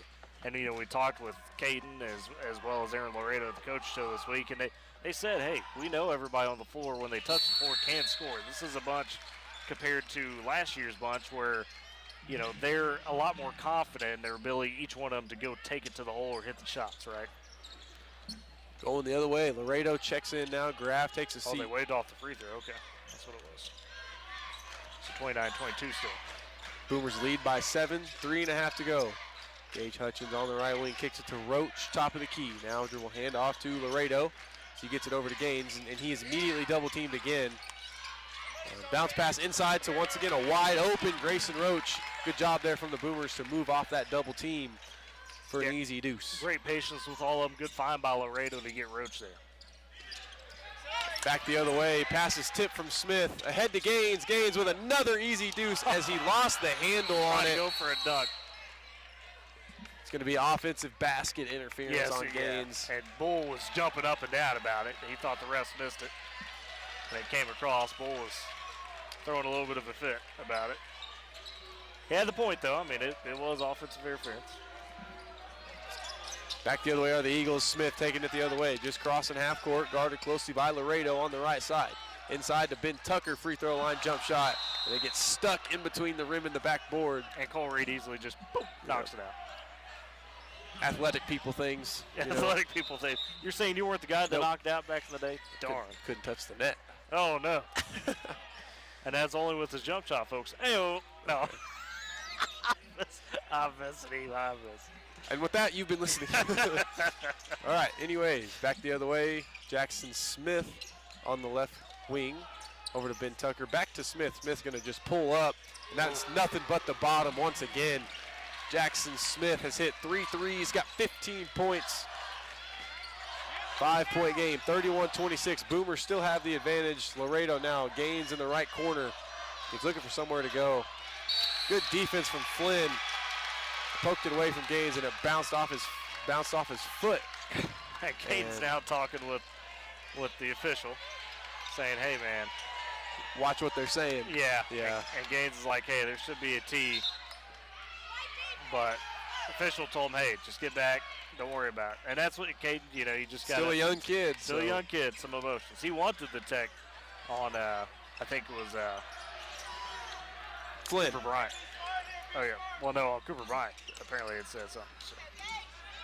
Jackson Smith over to Ben Tucker. Jackson Smith gets it back top of the key. That one's no good. Defensive rebound taken from Roach. Got a foul on. We will wait to find out. Yeah, on Ben Tucker. Yeah, him and Laredo went to the floor on that rebound opportunity. They'll get Tucker. Games definitely got some chippiness going on. A lot of contact being made. So. And remember, Gaines is one of the youngest kids in his class. So as a freshman last year, super young and still really young as a sophomore. Back the other way, Cole Reed, guarded by Weiberg, gets a screen from Gaines. Cole Reed looking to get inside here. Pass inside to Roach. Roach double teamed, and everyone thought he traveled, but no call. Gets it over to Gage Hutchins. He's going to drive left side. Tough shot. Offensive rebound fought for. Eventually taken from Weiberg. Weiberg quickly ahead to Jackson Smith as he traveled with it. And he tried to lean in, yeah. Great job by Cole Reed. To not got to spot the contact. But yeah, Good composed defense there from Cole Reed to make Jackson Smith go into him. Then he drug the pivot foot. Back we come the other way. Minute 42 to go here. 31-26. Boomers have a 5-point advantage over the Eagles. Cole Reed, good move against number 4, Dylan Epp. Just couldn't get the hop step floater to go. Defensive rebound, Bryant, as he hands it to Smith back the other way. It's a little bit more a football game right now than it is basketball, but you expect that between these two teams. Flynn on the left side, dribbling it out just a little bit over to Ben Tucker, top of the key at the W. As we approach a minute to go here in the first half of this game. Jackson Smith driving right side, bumping against Aaron Laredo. Tough shot, missed it short. Cooper Bryant, the offensive rebound, back up and good. Good Cooper Bryant with a big offensive rebound and the deuce. Back the other way we are. Cole Reed, left side, guarded by Weiberg, over to Aaron Laredo, right wing. As Caden Gaines wanting the ball. Yeah, he does. As cutting Cole Reed gets it, he rises up over the defender, no good. Grayson Roach, offensive rebound, taken away, fought for, out of bounds, tipped over to Gaines, and he gets it. There's going to be a charging foul called. Wow. And I didn't see anything crazy from Gaines, but it may have been a deal where the Weatherford player had his feet set, knowing that Gaines was coming downhill a little bit. Problem for Woodward is that Gaines now has 3 fouls. And he's going to come to the bench. Yeah, going to have to. And it's 40 seconds left in the half, but, that's a tough break for the Boomers. Tough break. But we saw Tuesday that they were able to make some hay with Gaines on the bench against Elk City. So now you got to dig deep here for your Graff, Laredo, Hutchins, Talley, and Roach. 3-point advantage for the Boomers, 31-28, just under 30 seconds to go. Dylan up at the top of the key now, bounce pass to Weiberg. Weiberg thought about it, driving left side, kicks it back out to Flynn left corner. Now Jackson Smith with it. They're gonna dribble this out, wait for the last shot.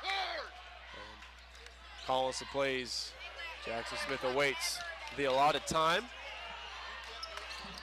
As he passes over to Epp. Epp dribbling right side, guarded by Graff. Epp gonna dribble left side, bounce pass to Flynn. Flynn spin move against outside to Weiberg, right corner 3, that's no good.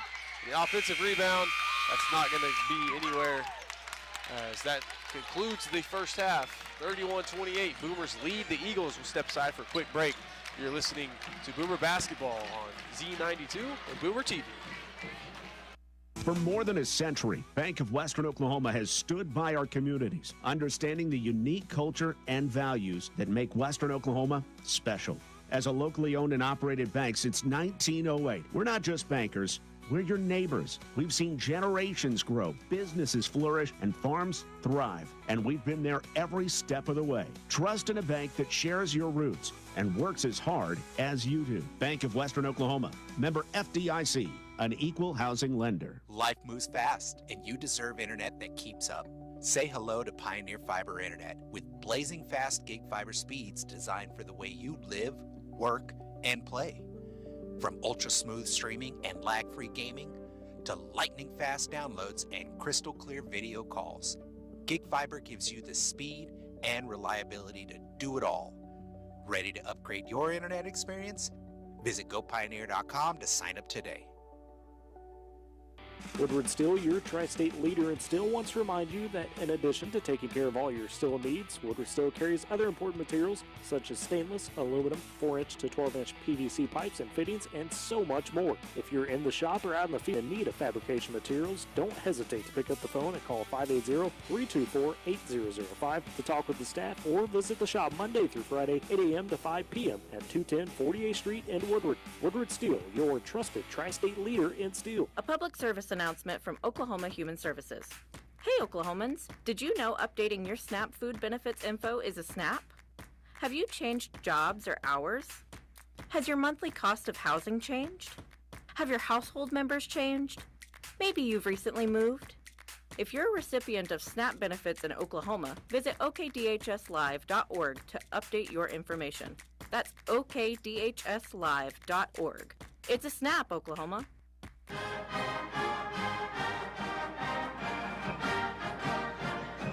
And back at Boomer Fieldhouse, Jimmy Beckport at the half, a good one. Woodward on top of Weatherford, 31-28, and a physical game both ways here, and not surprising. And we talked about this in the boys pregame at the top of the broadcast, Ely, you know, that just because, yeah, you lose C.J. Nixon, Sage Twins, Walker Kinney, yes, elite players, tough to replace, but Coach Bull knows what he's doing. I mean, he's going to have his guys, whoever it is, coached up, and he's got a tough squad. I mean, these guys are fighting hard, and you mentioned to me off air, and I agree, they're doing a good job on Caden Gaines. He's got 3 fouls on down. They've kind of got him a little frustrated, but it's going to be a game, I think, of composure with both these teams. Yeah, absolutely. It's been super, super physical, and Woodward, you know, we've seen early on in the game have, you know, they were controlling the pace of the game, you know, there in the first quarter, essentially the entire first quarter, and, you know, most of that second quarter. But then right there at the end of that first half, you've seen the Eagles kind of start to get the Boomers flustered a little bit. You know, control Jacoby Flynn doing a really good job playing defense. He's super, super small. That's almost plays to a kryptonite to Caden Gaines. You can kind of get underneath him almost. Be a little pesky, right? So, yeah, and you know, Caden Gaines, you know, he draws so much attention. Guys have a lot of things to say to him and stuff like that. So I think the Boomers just need to control that composure and come out there, make some adjustments for this second half. Looking at the quarter scoring, it was Woodward winning that first quarter 21-13. However, to your point, Weatherford made a little bit of a run back. They took the second quarter 15-10. That's how we get that 3-point separation at the half in favor of the Boomers. As for your scoring, Caden Gaines has 12 points. It's all been inside or at the free throw line. Hadn't made a 3 yet. Took a couple jumpers, but really hadn't been the focus so far tonight. You've got 6 points for Grayson Roach. She's had a couple nice passes, free throw or so. Gage Hutchins has 4, as well as Cole Reed. Jay Graff had a 3, his first 3 of the season, and then Luke Talley with a 2-pointer there for the Boomers. As for Weatherford, they were led by Jackson Smith. He has drained 3 threes. We mentioned he's a 40+% three-point shooter from last year, and looking good so far. He's got 15 for the Eagles. One thing about Smith, you know, we're kind of getting to see him spread his wings a little bit. You know, we've seen, you know, last year with the amount of talent that was on the floor, he was kind of that corner guy. They just knock down shots, you know, like for the most part, you know, we've seen him step out and do a lot of things, but now kind of controlling this offense and seeing what he's capable of. You're saying we're seeing an Eagle fly a little bit? Oh, I didn't, that wasn't in my head, but sure, you know. Otherwise for Weatherford, Cooper Bryant's got 4. Cooper Bryant's got 4 points. Jacoby Flynn with 3, and they got Dylan Depp, Hunter Nelson, Ben Tucker, all with 2 apiece. But, you know, to your point about Smith, I mean, we talked about it, that you knew he was going to have to be the guy leading this unit because he's got the experience, right? He got to be in those big moments of the championship runs and did a fabulous job. You know, like you said, wasn't necessarily the main focal point guy, but played a really important role because to go win a state title, to beat a team like Douglas, yeah, you could have 4 really elite players, but if that 5th guy's not any good, it doesn't matter. So he stepped up in that sense and has carried that clearly and taken that charge of leadership. And Weatherford still got some length to him. You know, you look at a lot of their guys, you know, 6'2", 6'3", 6'4". It's not quite the 6'7", 6'8", but it is still, you know, a lineup that you could see is going to give a lot of people fits. You know, they still play that brand of basketball, physical, a little bit up and down. But the Boomers, you know, it's encouraging, I think, Ely, what I took from the first half is that a lot of times we saw those double teams come to Gaines or to other players, there was a focus on ball movement, right? And Boomers did generate a lot of easy baskets off that. Yeah, they did, and, you know, Caden Gaines that's something he's just going to have to learn going forward. He's going to get double teamed a lot, and if your team has enough chemistry and knows where to go, that generates a lot of easy buckets. So, and we've seen that 3 times, I believe, where Grayson Roach just, you know, right off the glass, wide open. Or Gage Hutchins, you know, whoever, you know, the beneficiary of that is. So, just seen a couple times where he's trying to maybe force it a little bit, but, you know, that's some adjustments that's probably being made right now in the locker room. Some things Coach Kayla Gaines is having to say to her guys. So, Woodward leads over Weatherford at the break, 31-28. We'll step aside, come back with your second half. It's Boomer basketball on Z92, KMZ, FM Woodward, and Boomer TV. Supporting communities in every way, Sealing State Bank is thrilled to bring hometown banking closer to you with a brand new branch in Woodward.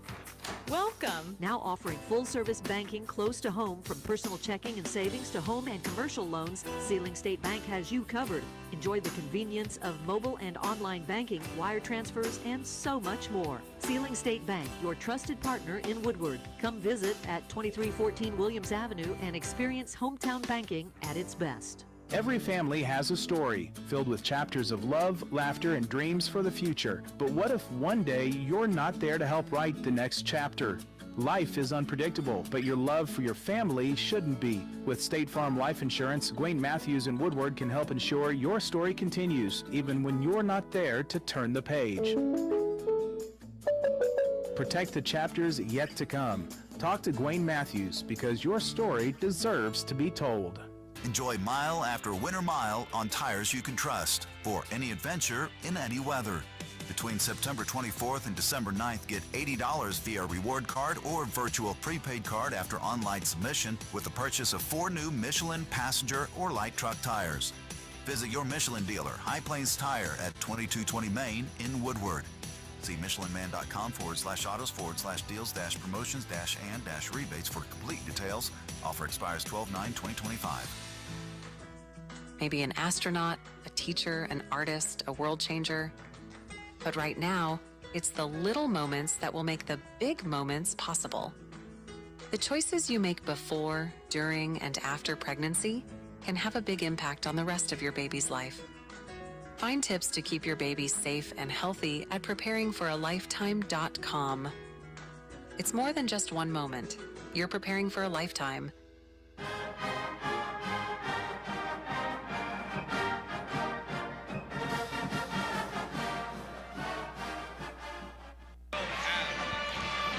Boomer basketball at the half, 31-28 on top of the Weatherford Eagles as both teams get back to the court, getting ready to take their final warm-ups, if you will, before we begin the second half. At Ely for the Boomers, what do you got to do here to hold on? And look, I know, again, not the same cast, but if you're able to hold on for a win over the defending champs to start your season, that'd be a big statement. What the Boomers got to do?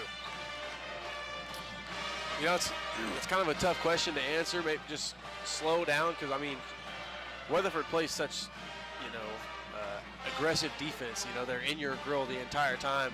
Just don't let that get to you. And on the defensive side, just don't let Jackson Smith beat you, because, you know, other than him, I don't think there's a lot of guys that can just beat you one-on-one the way that he can. I mean, he's hit some crazy, like, He's 4 step-back shots. I mean, those high degree of difficulty shots. It's when you just, you know, you just say whatever whenever he makes those. But just slow down, stay composed, play the game that you know, and keep the energy high on your side. What do you got? Man, I mean, keep that chemistry going. We've seen them be able to move the ball in the half court. You've got to be able to stay and do that. I like your point about, staying calm and being smooth. Don't speed yourself up. It'll be the Boomers to begin the ball with the second half. You said that Caden Gaines sets the inbound. His dad right here giving him some words of affirmation. Sets an inbound, and immediately Jake Graff on the ground. As Boomers do eventually get it inbounds, as Gaines now has it inside to Gage Hutchins. Hutchins couldn't quite handle it. And we now have a travel call. Yeah, as to the ground for it was Cooper Bryant. He slid a little bit, so a bit of a break there for the Boomers. Jake Graff looking like he's okay. So yeah, kind of took a weird fall back behind the top he sets an inbound underneath their own basket. Inside to Roach, and Roach went up with his right hand, fouled. As he will now go to the line. Is going to be his 7th and 8th point chance opportunities. Bryant with 2 fouls now as he was tagged for that one. Roach's first free throw just a bit too strong. 31-28. Boomers still lead the Eagles. We're 9 seconds into the second half.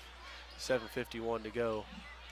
Roach, his second free throw falls just a bit short as Roach misses a pair. Rebound. Hunter Nelson over to Smith. Now Epp. Bounce pass left corner to Cash Weiberg. He hits a three. Cash Weiberg, nothing but the bottom. As that knocks this game up at 31 apiece. Graff the other way. Bounce pass into Gaines. Gaines gets inside for an easy two. Once you get him the ball with some space, little double spin move, step through from Gaines. I like the focus by Caden to get inside right now. That's where he's got to live on these shorter Weatherford Eagles. The other way, Weiberg over to Jackson Smith, guarded closely by Hutchins. Hutchins has been attached to him all night long. Over to Epp, back to Smith. Over to Nelson on the left corner. As he passes it over to Jackson Smith, drives right, back left. Thought about a three, and he steps through. Fouled by Cole Reed. Jackson Smith still able to make it fall. As he's got a chance to give the Eagles the lead. Yeah, heady play by Smith. The senior did a good job to get Reed in the air, right? And he just patient with him and then stepped under him, like you said, got that bucket. And unfortunately for Reed, that's his third foul now, so he'll have to go sit. In comes Laredo for him as Tyler mentioned, Reed takes a seat now. Smith to convert this three-point opportunity. As it falls through, Weatherford now leads your Boomers 34-33. 18 for Smith. Gaines on the left side, guarded closely by Hunter Nelson. Graff comes with a screen. As Gaines wanted a three-pointer, won't shoot it. Looking for somewhere to go. Got to get rid of it as he does to Laredo. Laredo will pull a free throw line jump shot just a bit short. Rebound taken from Weiberg. Good look and rhythm for Laredo. Just popped out, unfortunately. Back the other way is Jackson Smith. Smith guarded closely by Laredo. Trying to get it to Weiberg as he finally does. Down left corner to Hunter Nelson. Back top of the key to Jackson Smith. Smith dribbling left side, picks up his dribble back out. Weiberg left wing three, excuse me. That one's off. Offensive rebound, Bryant now. Another offensive rebound from Epp. Over to Nelson. Jackson Smith left corner wing three, excuse me. As they're going to say, push down low on push Bryant. by Bryant. Yeah. Bryant super aggressive on the offensive glass as he's drawn a couple fouls from that. And that's his third, second already of the quarter for Weatherford. Remember, started out with 8 fouls in that first quarter as a team. Back comes Graff. Picked up by at half court by Dylan Epp. He drives left over to Gaines. Gaines going right side. A bit of an awkward pass inside to Hutchins. Back the other way we go with the Eagles. With Cash Weiberg, he hands off to Nelson, back to Weiberg, over to Smith on the left side. He dribbles right side as he flips it over to the left. Right wing three for Dylan Epp. That one rattles in as they lead the Boomers by 4 now, 37-33 with 5:35 to go here in the third quarter. Laredo has a dribble on left side as he's trying to work against Hunter Nelson. A baseline elbow jump shot won't fall. Good little couple crossovers. Another good look, just couldn't get it to go down. Weiberg back the other way, guarded by Gaines. Over to Dylan up on the left side. Down into the corner to Jackson Smith, driving left side against Jake Graff. Bounce pass into Cooper Bryant. And he is fouled by Aaron Laredo and still able to get it to fall. So that's going to be a three-point opportunity for Cooper Bryant. And great job by Jake Graff along the baseline on Smith. Made him pass it up, but Bryant, expert cut, good find by Smith. And not much you can do there for the Boomers as you're now trailing by 6, 39-33 with 5:10 left third quarter. Great Plains Bank, heritage, trust, respect. Those are the things that make a Great Plains Bank great. With deep roots across Oklahoma and Texas, they're in touch with the communities in which their customers live and work. Also, M&D Enterprises and the Lawnmower Shop for your best lawn, porch, or patio. M&D and Enterprises and Lawnmower Shop are your people. They carry everything you need to make your greenscape that little piece of heaven you've always dreamed of. Locations in Woodward, Ken, and Weatherford. M&D, Great Plains Bank, powering Boomer Sports this season. 39-33. Boomers trail by 6 now. They've hit a bit of a dry spell here in this third quarter, Tyler.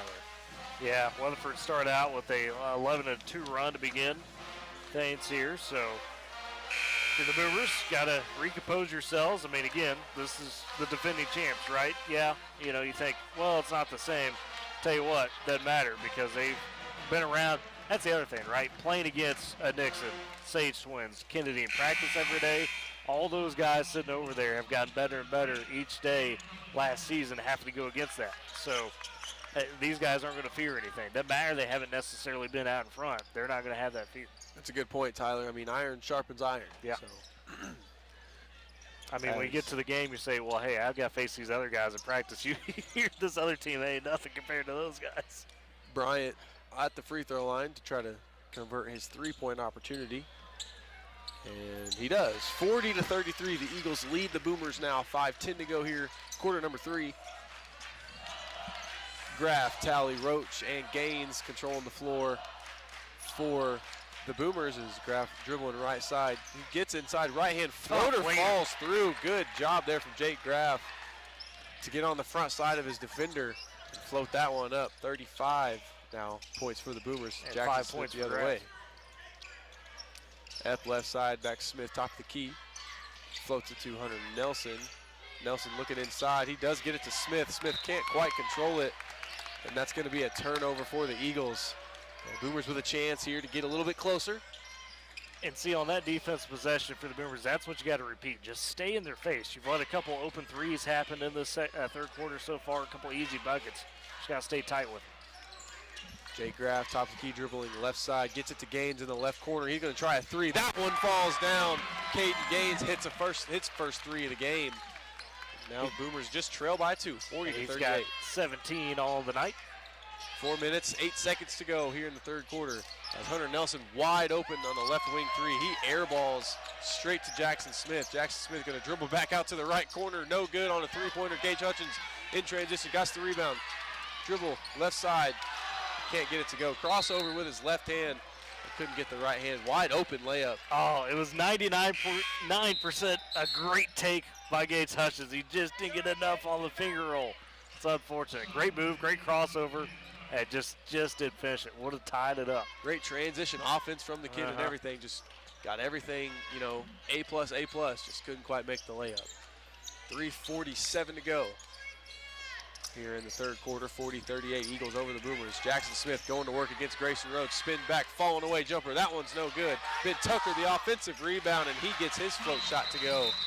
As we got a timeout by Coach Bull. As they lead the Boomers 42-38, with 3:30 to go here in the third quarter. And right there, Tucker doing a good job with the Boomers, taking advantage of not boxing them out. That's the thing. And head on swivel for Woodward because Weatherford team, and this is the point we've been trying to make it. No matter who jumps out there on the floor, if Coach Bull was stressing them to be on the floor, they're going to have solid fundamentals. Yeah, there's a reason. There's a reason these kids are on the floor. You mentioned that, and I love the point you made earlier about these guys having to play against. Yeah, I mean, every single person they played against last year for scout teams playing collegiate ball right now. So, right. I mean, would that not make you better? These guys have some experience, and I mean, this coach. These guys have a nose for the basketball, Ben Tucker, Cooper Bryant, they've been all over the offensive glass all night long. And, I mean, that shows you why maybe, and besides the just pure skill of Jackson Smith, they've got a full 4-point lead right now. They're still. It tells you they're still going to be a very formidable basketball team this season. You know, you could debate about postseason and all that, but Eagles are saying, hey, we're the defending champs. And, you know, we're going to come out there and try to prove it every night. Jay Graff the other way now.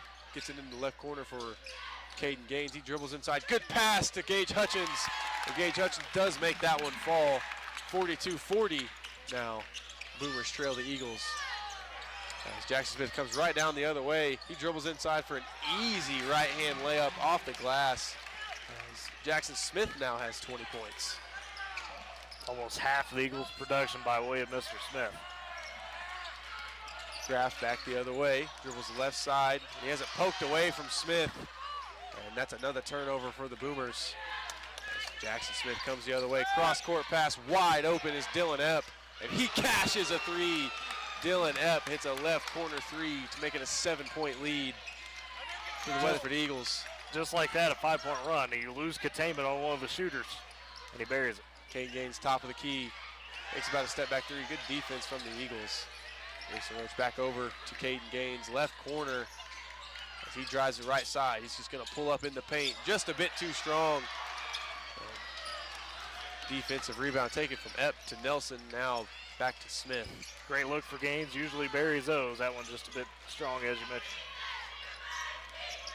Epp the other way, left side, spins back right side, back to Jackson Smith, thought about a three, gets it to Ben Tucker in the corner. That one misses us a little bit strong. Oh, that's Graff with the rebound, and he's going to be called for travel. Oh, my goodness. Cooper Bryant literally tackled down Jay Graff just about, and they do not call the foul. That is incredible. And we're hearing everything that we're saying behind us. Yeah. So, nevertheless, for the Boomers, got to roll with it. Our opinion doesn't quite matter here. Right. So, Eagles will take the ball. 2 minutes to go here in the third quarter. The Eagles lead the Boomers 47-40. Jacoby Flynn checks back into the game along with Luke Talley on the side of the Boomers. Smith over to Epp, left side. He's going to pull another three. That one misses strong. Offensive rebound taken by Smith as he pump fakes, gets everyone to jump. And he gets his yet another bucket. 22 points now for Jackson Smith. They lead by 9 with a minute and a half to go here in the third quarter. Weatherford on a 21-9 run in this frame. And the Eagles just all over the place when Gaines gets the ball. Yeah, Caden trying to post up there on the block, and as soon as the entry pass comes in, he's getting poked at, swatted at. It's off Weatherford. Cole Reed checks back in, takes out Luke Talley. Boomers underneath their own basket, Gaines set to inbound. Hutchins, Reed, Laredo, and Graff. Inbounds to Reed. Back to Gaines in the right corner. He gets inside, and it's going to be called for a push. They're going to call it on the ground as yet another inbounds play. And Weatherford had to do that because had not, Gaines has an easy layup. So, and that's number 4 now on Hunter Nelson. As he's going to sit down, Ben Tucker checking in for him. That's inbounds change being made. Reed now set to inbound. Into Gaines. Gaines back to the right corner, inside to Reed now. As Reed goes up, falling away, jump shot no good. Defense from Weiberg. As rebound taken from Flynn. Ahead to Epp. Over to Jackson Smith on the left side. He dribbles right side, spins it back left, falling away, jump shot no good. Defensive rebound taken from Laredo as he's pushing the pace on the left side. As he cross courts it to Jake Graff. Jake Graff trying to go inside, falling away. Another jump shot, another tough jumper. Defensive rebound, offensive rebound fought more by Reed, and he couldn't quite save it. Here's the problem for Woodward right now. They're not working. You know, we saw in that first quarter they worked to get good looks. They're not working to get good looks right now. They're just taking whatever Weatherford is giving them now. Timeout taken by Coach Bull before that inbounds. With 51 seconds left third quarter, Weatherford on top, 49-40. Smith & Co. Auction and Realty, Oklahoma's real estate and land auction experts. Smith & Co. is your #1 choice for all your land auctions and real estate needs. Call them 580-254-3975 or email Ira at smithcorealestate.com. Northwest Glass from residential and commercial glass, auto glass, doors, and mirrors. Northwest Glass has you covered. They do it all with expert care and quality service. Stop by 611 Texas Avenue or call them today, 580-256-4324. Northwest Glass, Smith & Co., powering Boomer Sports this season. So again, Weatherford winning this third quarter right now, 21-9. That's the difference. Jackson Smith has been fantastic with 22 points, kind of his first opportunity to show, hey, this is my team now, and he's doing a great job of it. And Weatherford just playing fundamentally tough basketball even. Yeah, and I think the biggest difference in this game is the ability Weatherford has to control that press that Woodward's doing. You know, Elk City didn't really have that. Right, You know, that's a great point. That Boomer press was all over, so Boomer's having to do a lot more offense, you know, in the half court as they're back in the press. You know, took a break on it for a little while, and Jacoby Flynn all alone in the backcourt, and going to have the easiest 2 points of his high school career. So Boomers now trail 11, 51-40 as we reach 30 seconds to go in the third quarter. Cole Reed on the right side, inside to Caden Gaines. He gets it to go, and one as Caden Gaines fired up saying, hey, let's get this back. Yeah, he's trying to bring that energy back to his guys, right? This is where, as him as a leader, even as a sophomore, to provide that energy could be big, because the rest of these guys, you know, on the floor, not necessarily other than Gage Hutchins, haven't been in this situation, right? As Gaines gets his free throw to fall, he's going to reach that 20-point marker. Back in the press, out they are. Bounce pass to Smith, almost taken away. Cross court to Epp now, and all alone once again is Cash Weiberg, and he missed it. Cole Reed with the rebound. Good hustle there. And great defense, too. As ahead is Cole Reed. They're going to call him, he's going to say got fouled by Jacoby Flynn. And that's the right call. That is the right travel, call. but not the case. And that should send him to the line. That's number 5. Woodward in the bonus. Second foul on Ben Tucker. So great effort, though, by Cole Reed, because like you had mentioned, wide open was Weiberg on that backside. Reed got all the way back, challenged the shot, and then got the board. And now he's at the free throw line. So that's a good little run here for the Boomers to the end of the quarter with 19 seconds left. If you get a couple points here, make sure you don't give up another basket. Reed's first free throw is good. And checks in is number 0, Dawson Heckert. Talked to Dawson Wednesday night on the coach's show, a senior that usually a power lifter, had an injury, can't power lift, so he said, hey, I'm coming out for basketball. Good looking athlete. Reed's second free throw rims out. 51-44, they trail the Weatherford Eagles as 15 seconds to go here in the third quarter. Jacoby Flynn going once. And he's going to call a blocking foul on Gage Hutchins. Good news, Hutchins, not a shooting foul. Hutchins tried to step in front of Jacoby Flynn, and Flynn just a little too fast, as Hutchins couldn't quite get there in time. 12 seconds we have here in the third quarter. Inbounds is Epp over to Flynn in the right corner. He's all alone, going to dribble back out to Smith. Smith going to work against Dawson Heckert as he catches a screen from Flynn. Take it, Hutchins. And Heckert steps back, sidestep, right corner, jump shot, no good. And Flynn tried to get the offensive rebound and fell just a little hard there to end that third quarter. 51-44. The Boomers trail the Eagles. We're going to take a quick break. We'll be right back for fourth quarter action. You're listening to Boomer Basketball on Z92 and Boomer TV.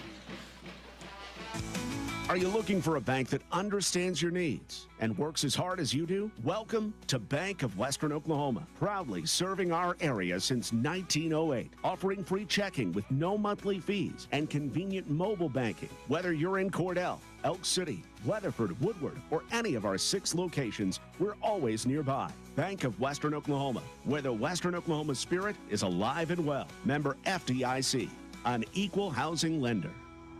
Life moves fast, and you deserve internet that keeps up. Say hello to Pioneer Fiber Internet with blazing fast gig fiber speeds designed for the way you live, work, and play.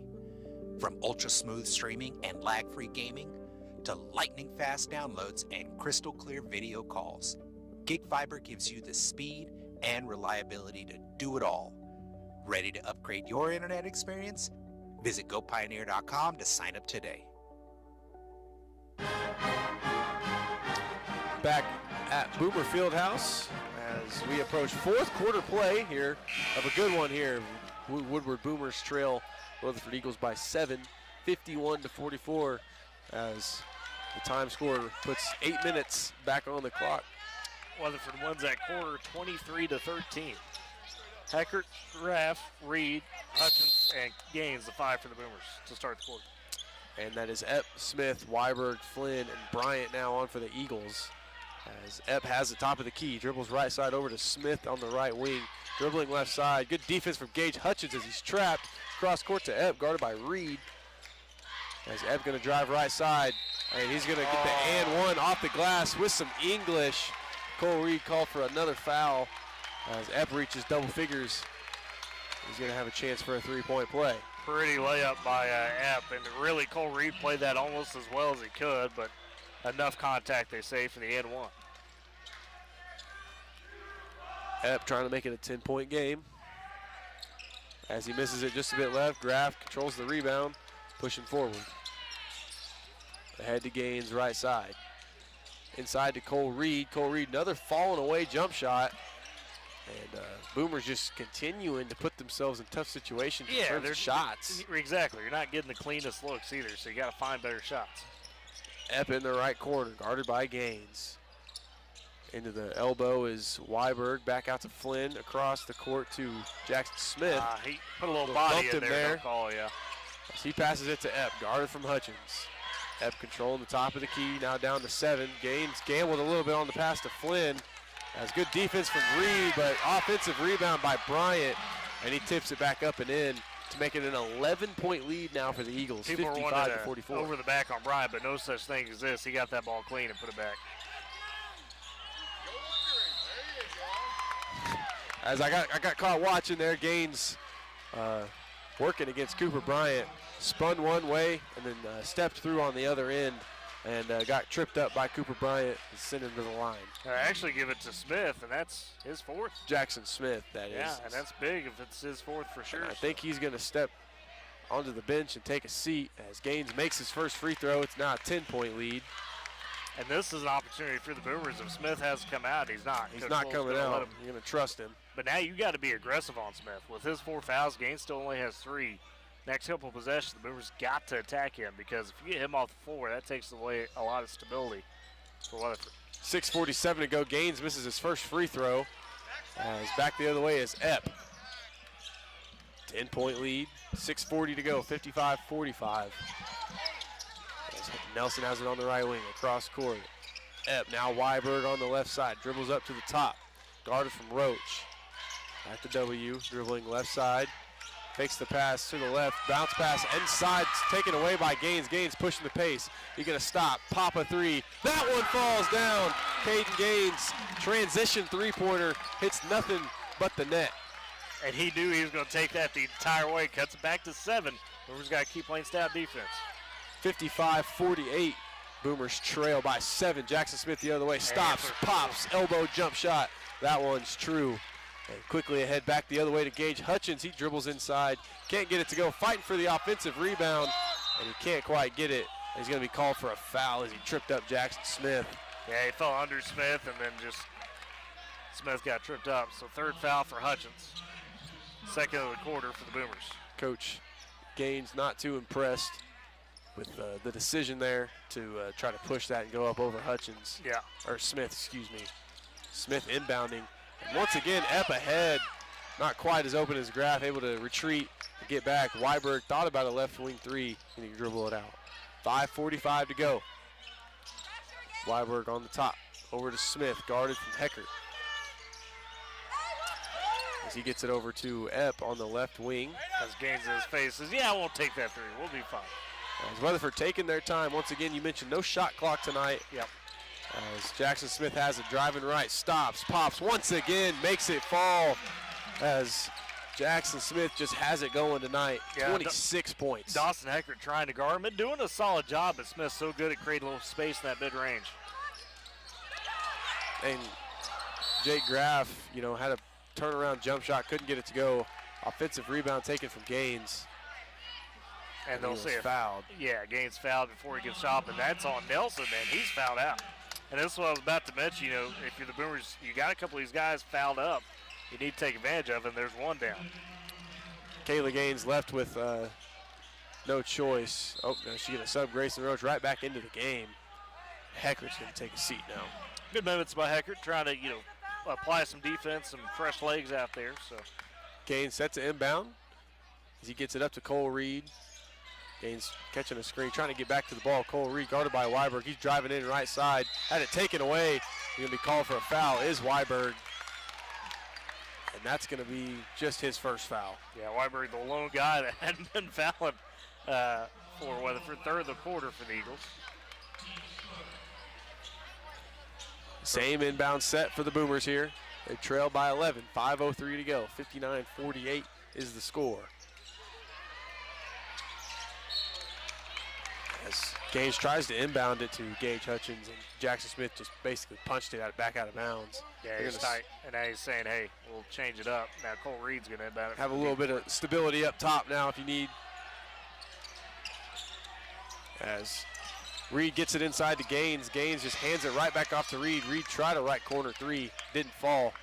Good look. Smith controls the rebound, back ahead the other way. 4:50 to go, 59-48. The Boomers trail the Eagles here in the fourth quarter.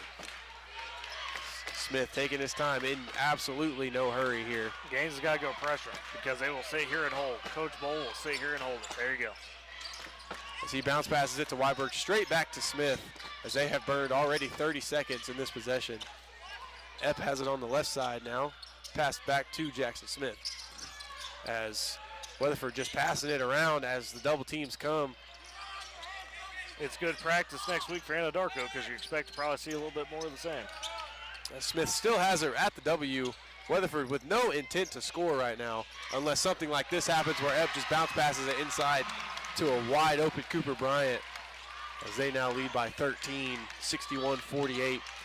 4 minutes to go here in the fourth quarter as Woodward in a bit of a desperate mode. Caden Gaines gets it on the right wing, tries a three and missed it a bit long. As back the other way is Smith. As he gets past Gaines, Cooper Bryant inside once again, gets it to go once again. Cooper Bryant back-to-back buckets off the glass, and Boomers need a timeout. Yep, down 15 with 3:40 left in the ball game, 63-48, and Cooper Bryant heating up. He's got 13. Jackson Smith with 24, and again, we talked about it, defending champs, right? And unfortunately, and I couldn't tell if it was the student section or people behind the Woodward bench on the starting lineups. We heard every time a Weatherford player was introduced, who cares? Well, they're showing you they still got some dudes. So you can't. It's a lesson, going forward. Just because you think, oh well, hey, they're not what they are or what they used to be, and you'll run into the same thing next week with Anadarko, right? Yeah, they graduated some talent, but you can't sit there and go, all right, they're going to be down. No, you got to treat every opponent with respect, right? Yeah, and I think if even, somehow the Boomers come back and win this game, this is still going to be like an adversity lesson for them. They definitely did not expect this, but you can't just take an opponent lightly, no matter what the case is. I mean, we were the same way last year. Kate, had a freshman coming in last year. We didn't know if he was going to be like that or not, and a lot of guys came out and said, "Oh, Woodward's pretty good this year." And you don't. People found out. Yeah, now, that's for sure. Now Weatherford's letting everybody know that, like, hey, we can still play some good competitive basketball. Absolutely. Well, and some things I think, and we talked with Coach Gaines about this, even in that, first quarter she got against Oak City, there were some things she kind of saw that said, hey, we're going to have to work out some kinks, and I think this game still illustrates some of that stuff, right? The half-court sets haven't been absolutely fantastic, so there's a lot to grow on from this one still. 3:30 to go. Boomers trail by 15, 63-48. Trying to get it to Hutchins. Or Hutchins trying to get it inside to Gaines, and Flynn been a menace on defense as he gets the interception steal. Back the other way is Epp. Boomers forcing to trap everything. They're going to have to. As Weatherford doing a great job of passing. Bryant once again on the block, wide open off the glass. He's up to 15 points, the last 6 points for the Eagles. Hutchins the other way in the right corner, no good off the glass for a three. Rebound taken by the Eagles as they're doing a good job passing it around up to Flynn. Flynn driving inside into the front court. He falls over. Boomer's trying to get there. It's going to be Boomer basketball. They do force a turnover here. 2:53 to go as they trail by 17 now, 65-48. Now you're forced to take as many open threes as you can get, right, to try to shoot your way back into this.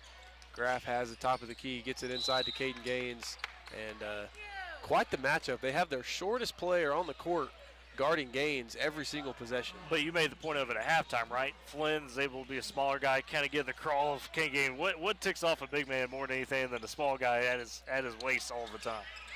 Right you are, as Gaines inbounds it to Hutchins. Hutchins right back to Caden Gaines, and Caden Gaines not having the best night outside of the perimeter. Yeah, he's hit a couple threes, again. but a couple of them also been off balance, and Boomer's not able to corral the rebound, so he'll be back to Weatherford. Weatherford ball, 2:37 to go here in regulation, as Smith inbounds it inside to Weiberg. Weiberg immediately trapped, didn't have much place to go.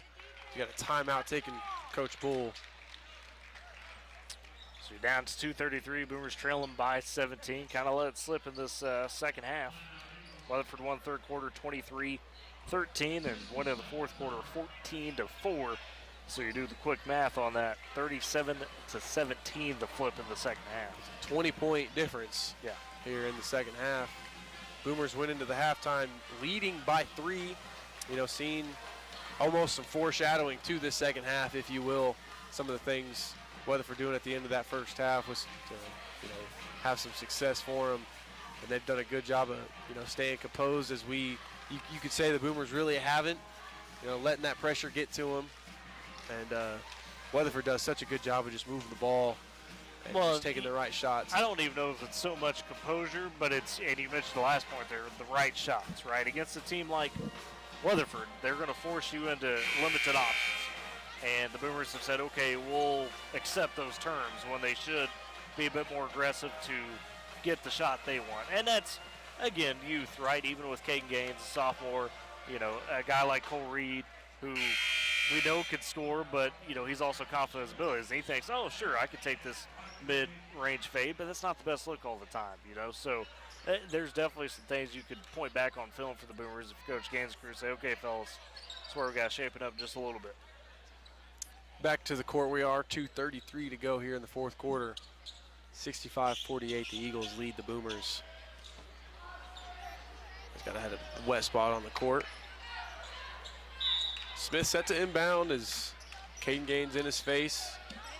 As he bounce passes it inside to Flynn, straight back to Smith, over to Epp, across the half-court line, down to Weiberg in the left corner. As they're going to have a foul called, I believe that's going to be Cole Reed. If that's the case, that's going to take him to the bench. It's going to foul him out. So Cole Reed fouls out with 5 points. In comes Laredo with him.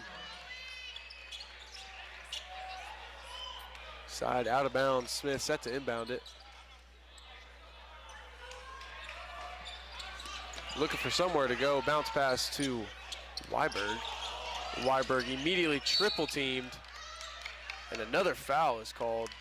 I think it was going to be on Luke Talley. Nope, excuse me, Jake Graff. Going to be credited for that one. One more and Eagles will be in the bonus.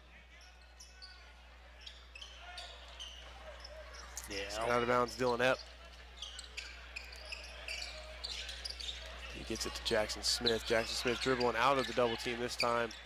Inside to Cooper Bryant, back outside to Epp. And from here on out, the Eagles really just trying to dribble this one out. Yeah, play your four corners, Dylan right? Epp, back to Smith.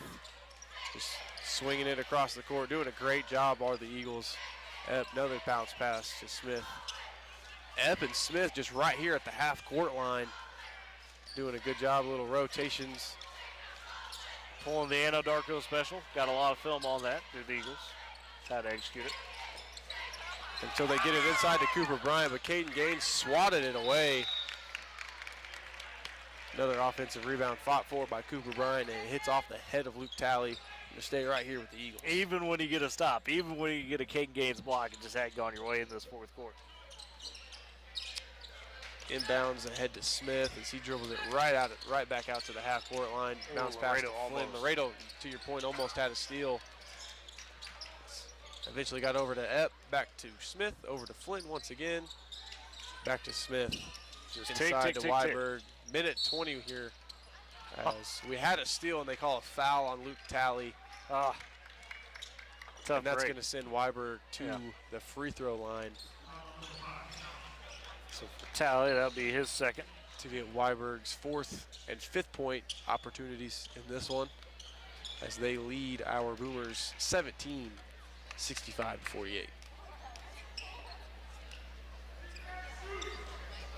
Weiberg's first free throw misses just a bit too strong.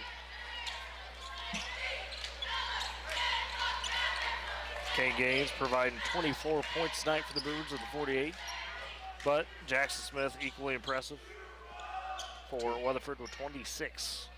Weiberg's second free throw also misses. The other way comes Graff. Gaines trying to get to the ball. As he's guarded by Flynn, he just pulls up over Flynn just a bit strong once again.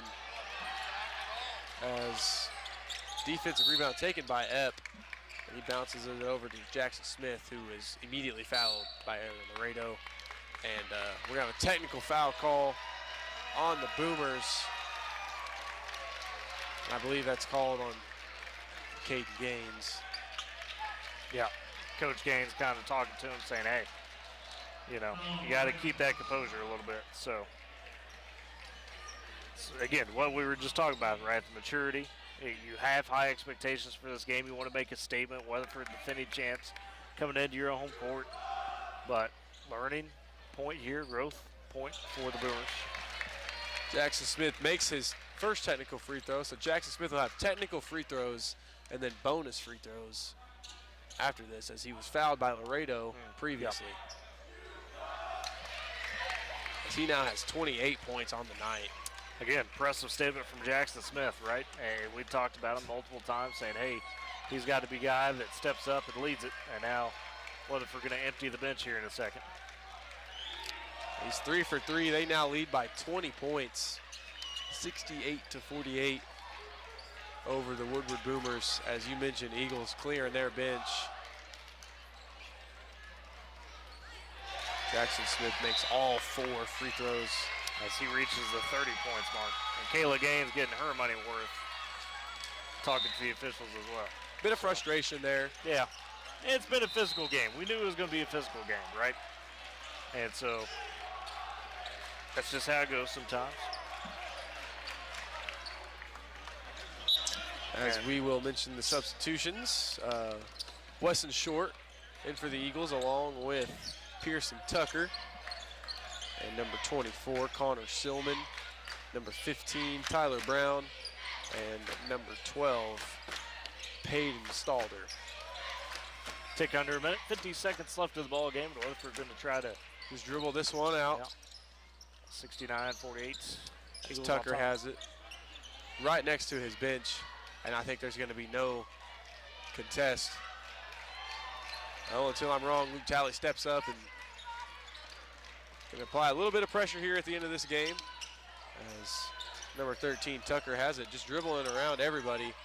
As he going to have a backcourt call now.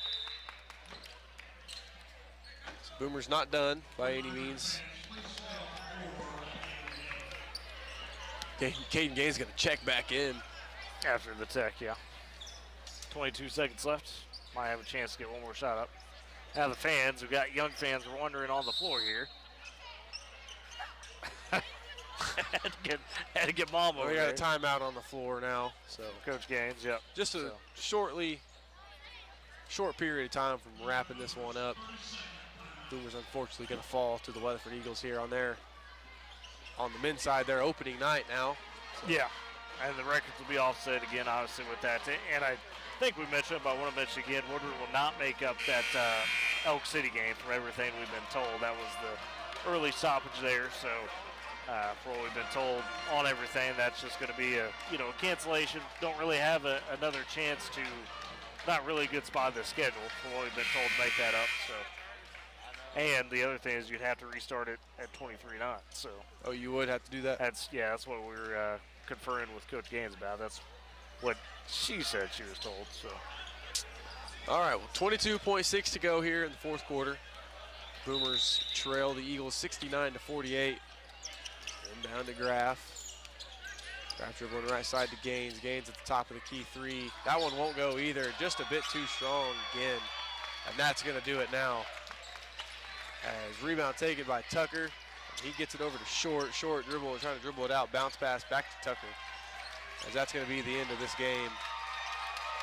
Eagles are going to take this one from the Boomers and win it 69-48. We're going to step aside for a quick break. We'll be back to wrap this one up You are listening to Boomer Basketball on Z92 and Boomer TV. Supporting communities in every way, Sealing State Bank is thrilled to bring hometown banking closer to you with a brand new branch in Woodward.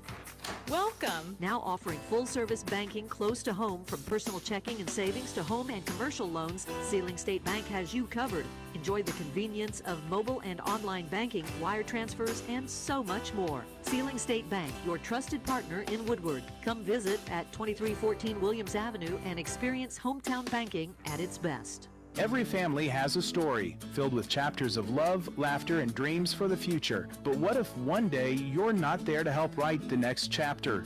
Life is unpredictable, but your love for your family shouldn't be. With State Farm Life Insurance, Gwayne Matthews and Woodward can help ensure your story continues, even when you're not there to turn the page.